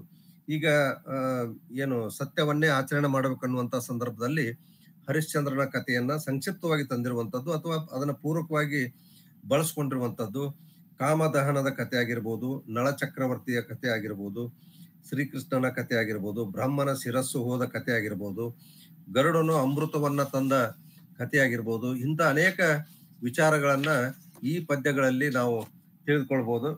ವಿಶೇಷವಾಗಿ ರಾಜನೀತಿಯ ಬಗ್ಗೆ ಅಂತೂ ಪುಲಿಗೆರೆ ಸೋಮನಾಥ ಎಷ್ಟೊಂದು ಜ್ಞಾನವನ್ನು ಪಡೆದುಕೊಂಡಿದ್ದನು ಅಂತಂದ್ರೆ ಅವನು ಬಹುಶಃ ಎಲ್ಲವನ್ನೂ ಹತ್ತಿರದಿಂದ ನೋಡಿರ್ಬೋದು ಅನ್ನುವಂಥದ್ದು ನಮಗೆ ಗೊತ್ತಾಗ್ತದೆ. ಒಬ್ಬ ರಾಜ ಹೇಗಿರಬೇಕು, ಮಂತ್ರಿ ಹೇಗಿರಬೇಕು, ಮಂತ್ರಿಯ ಆಡಳಿತಾಂಗದಲ್ಲಿರುವಂತ ಏನು ದಳವಾಯಿಗಳಾಗಿರ್ಬೋದು, ತಳವಾರರಾಗಿರ್ಬೋದು ಅಥವಾ ಗುಮಾಸ್ತರಾಗಿರ್ಬೋದು, ಶಾನ್ಭೋಗರಾಗಿರ್ಬೋದು, ಇವರೆಲ್ಲ ಹೇಗೆ ತಮ್ಮ ಗುಣಗಳ ಮುಖಾಂತರ ಒಳ್ಳೆಯ ಕೆಲಸಗಳನ್ನ ಮಾಡಬಹುದು ಅನ್ನುವಂಥದ್ದನ್ನ ಒಂದೊಂದು ಪದ್ಯದಲ್ಲಿ ಆತ ವಿವರಿಸ್ಕೊಂಡು ಹೋಗಿರುವಂತದ್ದನ್ನು ನೋಡಿದ್ರೆ ಅದು ಈ ಕಾಲಕ್ಕೂ ಸಹಿತ ಬಹಳಷ್ಟು ನಾವು ಅನ್ವಯಿಸ್ಕೊಳ್ಬಹುದು ಅನ್ನುವಂಥದ್ದನ್ನ ಗಮನಿಸಬಹುದು. ಕೆಲವೊಂದಿಷ್ಟು ಉದಾಹರಣೆಗಳನ್ನು ಹೇಳುವುದಾದ್ರೆ, ಒಂದು ರಾಜಮನೆತನ ಅದನ್ನು ಆಳುತ್ತಿರುವ ರಾಜರ ಲಕ್ಷಣಗಳಾಗಿರ್ಬೋದು, ಅವರ ಅವಲಕ್ಷಣಗಳಾಗಿರ್ಬೋದು, ಸಾಮ್ರಾಜ್ಯದ ವಿಸ್ತರಣೆ, ಪ್ರಜೆಗಳ ಕಷ್ಟ ಸುಖಗಳನ್ನು ಹೇಗೆ ನೋಡಿಕೊಳ್ಳಬೇಕು ಎಂಬ ಬಗ್ಗೆ ಹುಲಿಗೆರೆ ಸೋಮನಾಥನು 22 ಪದ್ಯಗಳಲ್ಲಿ ವಿಸ್ತಾರವಾಗಿ ಹೇಳಿದ್ದಾನೆ. ಅಂದ್ರೆ ರಾಜನೀತಿಯ ಬಗ್ಗೆನೇ ಹೆಚ್ಚು ಮಹತ್ವವನ್ನು ಕೊಟ್ಟಿದ್ದಾನೆ ಅನ್ನುವಂಥದ್ದು ನಮಗೆ ಗೊತ್ತಾಗ್ತದೆ. 107 ಪದ್ಯಗಳಲ್ಲಿ 22 ಪದ್ಯಗಳನ್ನ ರಾಜನೀತಿಗಾಗಿ ಆತ ಮೀಸಲಾಗಿಟ್ಟಿದ್ದಾನೆ, ರಾಜನೀತಿಯ ವಿಚಾರಗಳನ್ನು ಹೇಳಲಿಕ್ಕೆ ಮೀಸಲಾಗಿಟ್ಟಿದ್ದಾನೆ ಅನ್ನುವಂಥದ್ದು ನಮಗೆ ಗೊತ್ತಾಗ್ತದೆ. 13ನೇ ಶತಮಾನ ಅಂತಂದ್ರೆ ನಮ್ಮ ಕನ್ನಡ ಕಾವ್ಯಗಳನ್ನ ಅಥವಾ ಕನ್ನಡ ಸಾಹಿತ್ಯ ಚರಿತ್ರೆಯನ್ನು ಗಮನಿಸಿದಾಗ ಅಥವಾ ಕರ್ನಾಟಕದ ಇತಿಹಾಸವನ್ನು ಗಮನಿಸಿದಾಗ ಶರಣರ ಒಂದು ಏನು ರಾಜ ಏನು ಪಂಪ, ರನ್ನ, ಜನ್ನ ಇರುವಂತ ರಾಜಸತ್ತೆಯ ಕಾಲೇನಿತ್ತಲ್ಲ, ಅದು ಉಚ್ಛ್ರಾಯ ಸ್ಥಿತಿಯನ್ನ ಮೀರಿ ಇಳಿತಾ ಇತ್ತು. ಈ ಉಚ್ಛ್ರಾಯ ಸ್ಥಿತಿಗೆ ಹೋಗಿ ಇಳಿತಾ ಇತ್ತು. ಅಂದ್ರೆ ಒಂದು ರೀತಿ ರಾಜ ವಿಘಟನೆಯ ಕಾಲದ ಒಂದು ಸಂದರ್ಭದಲ್ಲಿ ಈತ ಇದ್ದನು ಅನ್ನುವಂಥದ್ದು ನಮಗೆ ಗೊತ್ತಾಗ್ತದೆ. ಹೀಗಾಗಿ ರಾಜನ ದಿನಚರಿ ಆಗಿರ್ಬೋದು, ರಾಜ್ಯದ ಪ್ರಗತಿ ಆಗಿರ್ಬೋದು, ಅಲ್ಲಿನ ಪ್ರಜೆಗಳ ಯೋಗ ಕ್ಷೇಮವನ್ನು ನೋಡಿಕೊಳ್ಳಬೇಕಾಗಿರುವುದು ಆತನ ಒಂದು ಕರ್ತವ್ಯವಾಗಿತ್ತು. ಹೀಗಾಗಿ ಕವಿಯು ರಾಜನೀತಿಯ ಬೋಧೆಯನ್ನ ಇಲ್ಲಿ ಮಾರ್ಮಿಕವಾಗಿ ಹೇಳ್ಕೊಂಡಿದ್ದಾನೆ. ಒಬ್ಬ ಅಸಮರ್ಥ ದೊರೆಯ ಲಕ್ಷಣಗಳು ಹೇಗಿರ್ತವೆ ಅನ್ನುವಂಥದ್ದನ್ನು ಹೇಳ್ತಾನೆ. ಅಸಮರ್ಥ ದೊರೆ ಅಂದ್ರೆ ಯಾರು ಅನ್ನುವಂಥದ್ದನ್ನು ಹೇಳಿದಾನೆ. ಪುರ ವರ್ಗಗಳ ಬಲ್ಮೆ ಮಾಡದೆ, ಪ್ರಜಾಕ್ಷೋಭಂಗಳಂ ನೋಡದೆ, ಎಲ್ಲರೂ ವಿಶ್ವಾಸಿಗಳೆಂದು ನಂಬಿ ಬಹುದಂ ಓದಪ್ಪುದು ಕಾನದ ಆತುರದಿನ್ ಉಂಡತಿ ನಿದ್ರೆಗೈದು ಮದನಂಗಳಾಗಿಹಂ ಲೋಕದೋಳ್ ದೊರೆಯೇ ಸ್ವಕ್ಕಿದ ಕೋಣನೈ ಹರಹರ ಶ್ರೀ ಚನ್ನ ಸೋಮೇಶ್ವರ ಅಂತೇಳಿ 56ನೇ ಪದ್ಯದಲ್ಲಿ ಹೇಳ್ತಾನೆ. ಅಂದ್ರೆ ಕೋಟೆ ಕೊತ್ತಲಗಳನ್ನು, ನಗರ ಪಟ್ಟಣಗಳನ್ನ ಬಲಪಡಿಸದೆ, ಅಂದ್ರೆ ಒಂಥರ ಮುಗ್ಗಲಗಿಡಿಯಾಗಿ ಇರ್ತಾರೆ ಅಂತ ಹೇಳ್ತೇವಲ್ಲ ಹಾಗೆ, ಕೋಟೆ ಕೊತ್ತಲಗಳನ್ನು, ನಗರ ಪಟ್ಟಣಗಳನ್ನು ಬಲಪಡಿಸದೆ, ಪ್ರಜೆಗಳ ಕಷ್ಟಗಳನ್ನು ಗಮನಿಸದೆ, ಎಲ್ಲರೂ ನನ್ನಲ್ಲಿ ವಿಶ್ವಾಸವನ್ನು ಹೊಂದಿದ್ದಾರೆ ಅಂತ ನಂಬಿಕೊಂಡು, ರಾಜ್ಯಕ್ಕೆ ಬರುವ ಹೋಗುವ ಆದಾಯವನ್ನು ವೆಚ್ಚವನ್ನು ವಿಚಾರಿಸದೆ, ಬೇಕಾದ ಹಾಗೆ ತಿಂದು ಮಿತಿಮೀರಿ ನಿದ್ದೆ ಮಾಡುತ್ತಾ ವಿಷಯ ಲಂಪಟನಾಗಿರುವವನು ಸ್ವಕ್ಕಿಗೆ ಬಂದಂತ ಕೋಣ ಹೇಗಿರ್ತದಲ್ಲ, ಕೋಣವೇ ಹೊರತು ಅವನು ಒಬ್ಬ ಸಮರ್ಥ ದೊರೆಯಲ್ಲ ಅನ್ನುವಂತ ಒಂದು ಅರ್ಥದಲ್ಲಿ ಹೇಳಿದ್ದಾನೆ. ಅಂದ್ರೆ ಕಷ್ಟ ಸುಖಗಳನ್ನ ಗಮನಿಸ್ತಿರ್ಬೇಕು, ಅಂತವನು ಮಾತ್ರ ಉತ್ತಮ ದೊರೆ ಆಗ್ತಾನೆ ಅನ್ನುವಂತ ಅರ್ಥದಲ್ಲಿ ಹೇಳಿದ್ದಾನೆ. ಅದೇ ಮುಂದಿನ ಪದ್ಯದಲ್ಲಿ ಏನ್ ಹೇಳ್ತಾನೆ ಅಂದ್ರೆ, ಸಮರ್ಥನಾಗಿರ್ತಕ್ಕಂಥ ದೊರೆ ಹೇಗಿರ್ತಾನೆ ಅನ್ನುವಂಥದ್ದನ್ನ ಹೇಳಿದ್ದಾನೆ. ಬಹಳ ಮಾರ್ಮಿಕವಾಗಿ ಹೇಳಿದ್ದಾನೆ. ಬಲವಂತರ್ ನೆರವಾಗಲಿಕ್ಕೆಲದವರ್ ಮಿತ್ರತ್ವಮಂ ತಾಳ್ದಿರಲ್ ನೆಲನೆಲ್ಲಂ ಬೆಸಲಾಗಿ ಧಾನ್ಯ ತತಿಯಂ ನಿಷ್ಕಾರಣಂ ದಂಡಮಂ ಒಳದೆಲ್ಲರ್ ಸೊಗವಾಗಿ ನಂಬುಗೆಗೆ ಪೋಹಂ ಬಾರದಂತಾಳೆ ತಾಂಬಲು ಭಾಗ್ಯ ದೊರೆಗಪ್ಪುದೈ ಹರಹರ ಶ್ರೀ ಚನ್ನ ಸೋಮೇಶ್ವರ. ನೋಡ್ರಿ ಎಷ್ಟೊಂದು ಒಬ್ಬ ರಾಜನ ಲಕ್ಷಣಗಳು, ರಾಜನ ಒಂದು ಕರ್ತವ್ಯ ಹೇಗಿರ್ಬೇಕು ಅನ್ನುವಂಥದ್ದನ್ನ ಇಲ್ಲಿ ಬಹಳ ಸೊಗಸಾಗಿ ಹೇಳಿದ್ದಾನೆ. ರಾಜನಿಗೆ ಬಲಿಷ್ಠರಾದ ರಾಜಮನೆತನಗಳ ಸಹಾಯವಿದ್ದು, ತನ್ನ ದೇಶದ ಅಕ್ಕಪಕ್ಕದಲ್ಲಿರುವ ರಾಜರು ಆತ್ಮೀಯರಾಗಿರ್ಬೇಕಂತ ಹೇಳ್ತಾನೆ, ಸ್ನೇಹಿತರಾಗಿರ್ಬೇಕು. ಅಂದ್ರೆ ಮಾತ್ರ ಆತನ ರಾಜ್ಯ ಬಲಿಷ್ಠವಾಗ್ತದ, ಅಭಿವೃದ್ಧಿ ಹೊಂದುತ್ತದೆ ಅನ್ನುವಂಥದ್ದು. ಆತನ ರಾಜ್ಯದಲ್ಲಿ ಬರುವಂತ ಭೂಮಿ ಅನ್ನುವಂಥದ್ದು ಸದಾ ಫಲವತ್ತಾದ ಬೆಳೆಯನ್ನು ಕೊಡ್ತಾ ಇರಬೇಕು. ಪ್ರಜೆಗಳಿಂದ ಸುಖ ಸುಮ್ಮನೆ ಅನ್ಯಾಯವಾಗಿ ದಂಡವನ್ನು ತೆಗೆದುಕೊಳ್ಳಬಾರದು. ತನ್ನ ರಾಜ್ಯದ ವ್ಯಾಪ್ತಿಗೆ ಬರುವ ಸಮಸ್ತ ಪ್ರಜೆಗಳನ್ನ ಸುಖವಾಗಿಟ್ಟಿರುವ, ತನ್ನ ಮೇಲೆ ಯಾರಿಗೂ ಅಪನಂಬಿಕೆ ಬರದಂತೆ ರಾಜ್ಯಭಾರವನ್ನು ಮಾಡುವಂತ ಅರಸ ಏನದನಲ್ಲ, ಆತನೇ ಒಬ್ಬ ಭಾಗ್ಯಶಾಲಿಯಾಗಿರ್ತಕ್ಕಂಥ ರಾಜನಾಗಿರ್ತಾನೆ ಅನ್ನುವಂತ ಒಂದು ಅರ್ಥದಲ್ಲಿ ಸಮರ್ಥ ದೊರೆಯ ಲಕ್ಷಣಗಳನ್ನ ಇಲ್ಲಿ ಹೇಳಿದಾನೆ. ಇನ್ನ ರಾಜಸಭೆಯಲ್ಲಿ ಅಥವಾ ಒಡ್ಡೋಲಗದಲ್ಲಿ ಎಂತೆಂಥವ್ರು ಇರ್ಬೇಕು ಅನ್ನುವಂಥದ್ದನ್ನು ಸಹಿತ ಮುಂದಿನ ಪದ್ಯದಲ್ಲಿ ಹೇಳಿದಾನೆ. ಅಂದ್ರೆ ಅವರೆಲ್ಲರೂ ಇದ್ರೆ ಮಾತ್ರ ಆ ರಾಜ್ಯಸಭೆಗೆ ಒಂದು ಕಳೆ ಇರ್ತದ, ಒಂದು ಶೋಭಾಯಮಾನವಾಗಿರ್ತದ, ಮನೋಹರವಾಗಿರ್ತದ ಅನ್ನುವಂಥದ್ದನ್ನು ಹೇಳ್ತಾನೆ. ವರ ವಿದ್ವತ್ ಕವಿವರ್ಯ ಗಾಯಕ ಪುರಾಣಜ್ಞರ್ ಮಹಾಪಾಠಕರ್ ಪರಿಹಾಸೋಚಿತಿಹಾಸ ಮಂತ್ರ ಶಕುನಜ್ಞರ್ ವಾಗ್ಮಿಗಳ್ ವೇಶ್ಯರ್ ಶರಶಸ್ತ್ರಾದಿ ಸಮಸ್ತ ವಿದ್ಯೆಯ ಅರಿದರ್ ಕಾಲಾಳು ಮೇಲಾಳಿರಲ್ ದೊರೆಯ ಒಡ್ಡೋಲಗ ಮಪ್ಪುಗಂ ಹರಹರ ಶ್ರೀ ಚನ್ನ ಸೋಮೇಶ್ವರ. ನೋಡ್ರಿ ಆತನ ಒಟ್ಟು ಅರಮನೆಯ ಕ್ರಮದಲ್ಲಿ ಏನೇನಿರ್ಬೇಕು, ಒಡ್ಡೋಲಗದಲ್ಲಿ ರಾಜನ ಸಭೆಯಲ್ಲಿ ಯಾರ್ಯಾರು ಇರಬೇಕು ಅಂತ ಅನ್ನುವಂಥದ್ದನ್ನು ಹೇಳುವಂತ ಸಂದರ್ಭದಲ್ಲಿ ಶ್ರೇಷ್ಠರಾದ ವಿದ್ವಾಂಸರು ಇರ್ಬೇಕಂತೆ. ಕವಿಗಳು, ಸಂಗೀತಗಾರರು, ಪೌರಾಣಿಕರು, ಹೊಗಳು ಭಟ್ಟರು, ಹಾಸ್ಯಗಾರರು, ಇತಿಹಾಸಕಾರರು, ಮಂತ್ರಶಾಸ್ತ್ರಜ್ಞರು, ಶಕುನ ಶಾಸ್ತ್ರಜ್ಞರು, ಯುಕ್ತಿಯಿಂದ ತಕ್ಕ ಮಾತನಾಡುವಂಥವ್ರು ಇರ್ಬೇಕಂತ. ಯುಕ್ತಿಯಿಂದ ಮಾತನಾಡುವಂಥವ್ರು ಇರಬೇಕು. ವೇಶ್ಯೆಯರು, ಅಸ್ತ್ರವಿದ್ಯೆ, ಶಸ್ತ್ರವಿದ್ಯೆ ಮೊದಲಾದ ಸಮಸ್ತ ವಿದ್ಯೆಗಳಲ್ಲಿಯೂ ಗಟ್ಟಿಗರಾಗಿ ಇರುವಂಥವ್ರು, ಕಾಲಾಳುಗಳು, ಸೇನಾ ನಾಯಕರು ಇವರೆಲ್ಲರೂ ಇದ್ದರೆ ಮಾತ್ರ ರಾಜನ ಒಡ್ಡೋಲಗ ಅಥವಾ ಆ ಸಭೆಯು ಕಳೆ ಕಟ್ಟುತ್ತದೆ ಅಂತ ಹೇಳಿದಾನೆ. ಅಂದ್ರೆ ಈ ಒಂದು ರಾಜನ ಅರಮನೆಯಲ್ಲಿ ಇವರೆಲ್ಲರೂ ಇರ್ಬೇಕಂತ ಹೇಳುವ ಒಂದು ಅರ್ಥದಲ್ಲಿ ಈ ಒಂದು ಮಾತುಗಳನ್ನ ಸೋಮನಾಥ ಹೇಳಿದಾನೆ. ಇನ್ನು ರಾಜರ ಗೌರವಕ್ಕೆ ವಿಶ್ವಾಸಕ್ಕೆ ಪಾತ್ರರಾಗುವಂತವ್ರು ಯಾರ್ಯಾರು ಅನ್ನುವಂಥದ್ದನ್ನು ಸಹಿತ ಹೇಳಿದಾನೆ. ಅಂದ್ರೆ ರಾಜನು ವಿಶ್ವಾಸಕ್ಕೆ ತೆಗೆದುಕೊಳ್ಳುವಂತ ವ್ಯಕ್ತಿಗಳು ಯಾರ್ಯಾರು ಅಂತಂದ್ರೆ ಚಪಳರ್, ಚೋರರು, ಜೂಜುಗಾರರು, ವಿಟರ್, ತಾಮ್ ಶ್ರೇಷ್ಠರೆಂದೆನ್ನುವರ್, ಕಪಟೋಪಾಯರು, ಕೂಟ ಸಾಕ್ಷಿಯ ಜನರ್, ಕೊಂಡಾಡುವರ್, ಕೊಂಡೆಯರ್, ಅಪನಿಂದಾನ್ವಿತರಾತ್ಮ ಬೋಧೆ, ಕುಹಕರ್, ಸಾಮೀಪ್ಯಮಾ ಶ್ರೇಷ್ಠರುಂ, ಡ್ರಪರೋಳ್ ಮಾನ್ಯರೆನಿಪ್ಪರೈ. ರಾಜನಿಗೆ ಮಾನ್ಯರಾಗುವಂತವ್ರು ಯಾರ್ಯಾರು ಅನ್ನುವಂಥದ್ದನ್ನು ಇಲ್ಲಿ ಬಹಳ ಸೊಗಸಾಗಿ ಹೇಳಿದಾನೆ. ಅಂದ್ರೆ ಚಪಳರ್ ಮಾನಸಿಕ ಚಂಚಲತೆ ಉಳ್ಳವರು, ಕಳ್ಳರು, ಜೂಜಾಡುವವರು, ಸೂಳೆಗಾರರು, ಸ್ವಪ್ರತಿಷ್ಠೆ ಉಳ್ಳವರು, ಮೋಸಗಾರರು, ಸುಳ್ಳು ಸಾಕ್ಷಿ ಹೇಳುವಂಥವ್ರು, ಮುಖಸ್ತುತಿ ಮಾಡುವಂಥವ್ರು, ಚಾಡಿಕೋರರು, ಕೆಟ್ಟ ಹೆಸರನ್ನ ಪಡೆದಂಥವರು, ಬ್ರಹ್ಮಜ್ಞಾನವುಳ್ಳವರೆಂದು ನಟಿಸುವ ಕುತ್ಸಿತರು, ರಾಜಾಶ್ರಯವು ದೊರೆತಿದೆ ಸಾಕೆಂದು ಭಾವಿಸುವಂಥವರು, ಇವರೇ ರಾಜನ ಗೌರವಕ್ಕೆ ಪಾತ್ರರಾಗುವರು ಅಂತೇಳಿ ಕವಿ ಇಲ್ಲಿ ನೇರವಾಗಿ ಹೇಳಿದಾನೆ. ಇವೆಲ್ಲವುಗಳನ್ನ ಗಮನಿಸಿದಾಗ ರಾಜನ ಒಂದು ಆಸ್ಥಾನದಲ್ಲಿ, ರಾಜನ ಆವಾಸದಲ್ಲಿ ಎಂತೆಂಥ ಜನರು ಇದ್ರು, ಕಾಲ ಕಾಲಕ್ಕೆ ಇದ್ದಾರೆ ಅನ್ನುವಂಥದ್ದು ಸಹಿತ ನಾವು ವರ್ತಮಾನ ಕಾಲದಲ್ಲಿಯೂ ಸಹಿತ ಇದನ್ನ ನಾವು ಗಮನಿಸಬಹುದು. ಅತಿ ಗಂಭೀರನು. ಇನ್ನು ಮುಂದೆ ರಾಜ ಆಯ್ತು, ಈಗ ಮಂತ್ರಿಯ ಬಗ್ಗೆ ಕೆಲವು ಮಾತುಗಳನ್ನು ಹೇಳ್ತಾನೆ. ರಾಜನ ಒಂದು ಎಲ್ಲ ಕಾರ್ಯಭಾರವನ್ನ ನೋಡುವಂತ ಮಂತ್ರಿ ಹೇಗೆ ಇರಬೇಕು ಅನ್ನುವಂಥದ್ದನ್ನ 61ನೇ ಪದದಲ್ಲಿ ಹೇಳ್ತಾನೆ. ಏನಂತಂದ್ರೆ ಅತಿ ಗಂಭೀರನ್, ಉದಾರ, ಧೀರನು, ಮಹಾ ಸತ್ಯಾತ್ಮನ್, ಊರ್ಜಿತ, ನಾನಾ ಲಿಪಿ ಭಾಷೆಯೊಳ್ ಪರಿಚಿತಂ, ಲಂಚಕ್ಕೆ ಕೈ ನೀಡದಂ, ರೊತ ಸದ್ಧರ್ಮ ವಿಚಾರಶಾಲಿ, ಚತುರೋಪಾಯಂಗಳಂ ಬಲ್ಲವಂ, ಪತಿ ಕಾರ್ಯಂ ವರ ಮಂತ್ರಿಯು ಹರ ಶ್ರೀ ಚೆನ್ನ ಸೋಮೇಶ್ವರ. ಶ್ರೇಷ್ಠ ಮಂತ್ರಿ ಅನ್ನೋನು ಹೇಗಿರ್ಬೇಕು ಅಂತ ಹೇಳ್ತಾನೆ ಈ ಪದ್ಯದಲ್ಲಿ. ಬಹಳ ಗಂಭೀರನಾಗಿಯೂ, ಉದಾರವಾಗಿಯೂ, ಧೈರ್ಯಶಾಲಿಯಾಗಿರಬೇಕು, ಗುಣಶಾಲಿಯಾಗಿರಬೇಕು, ವಿಶೇಷವಾಗಿ ಲಂಚಕ್ಕೆ ಆಸೆ ಪಡೆದವನಾಗಿರಬೇಕು, ನಿಯಮವುಳ್ಳವನಾಗಿರಬೇಕು, ರೂಲ್ಸ್ ಅಂಡ್ ರೆಗ್ಯುಲೇಷನ್ಸ್ ಅಂತ ನಾವೇನ್ ಕರಿತೀವಲ್ಲ ಅದನ್ನು ಪಾಲನೆ ಮಾಡುವಂತವಾಗಿರ್ಬೇಕು, ಧರ್ಮ ವಿಚಾರವುಳ್ಳವನಾಗಿರಬೇಕು, 4 ಬಗೆಯ ಉಪಾಯಗಳನ್ನ ತಿಳಿದವನಾಗಿರಬೇಕು, ಹಾಗೆಯೇ ಸ್ವಾಮಿ ಕಾರ್ಯದಲ್ಲಿ ಆಸಕ್ತಿ ಉಳ್ಳವನಾಗಿಯೂ ಇರುವವನು. ಅಂದ್ರೆ ಮಾತ್ರ ಇವನು ಶ್ರೇಷ್ಠ ಮಂತ್ರಿ ಅಂತೇಳಿ ನಾವು ತಿಳ್ಕೊಳ್ಬಹುದು.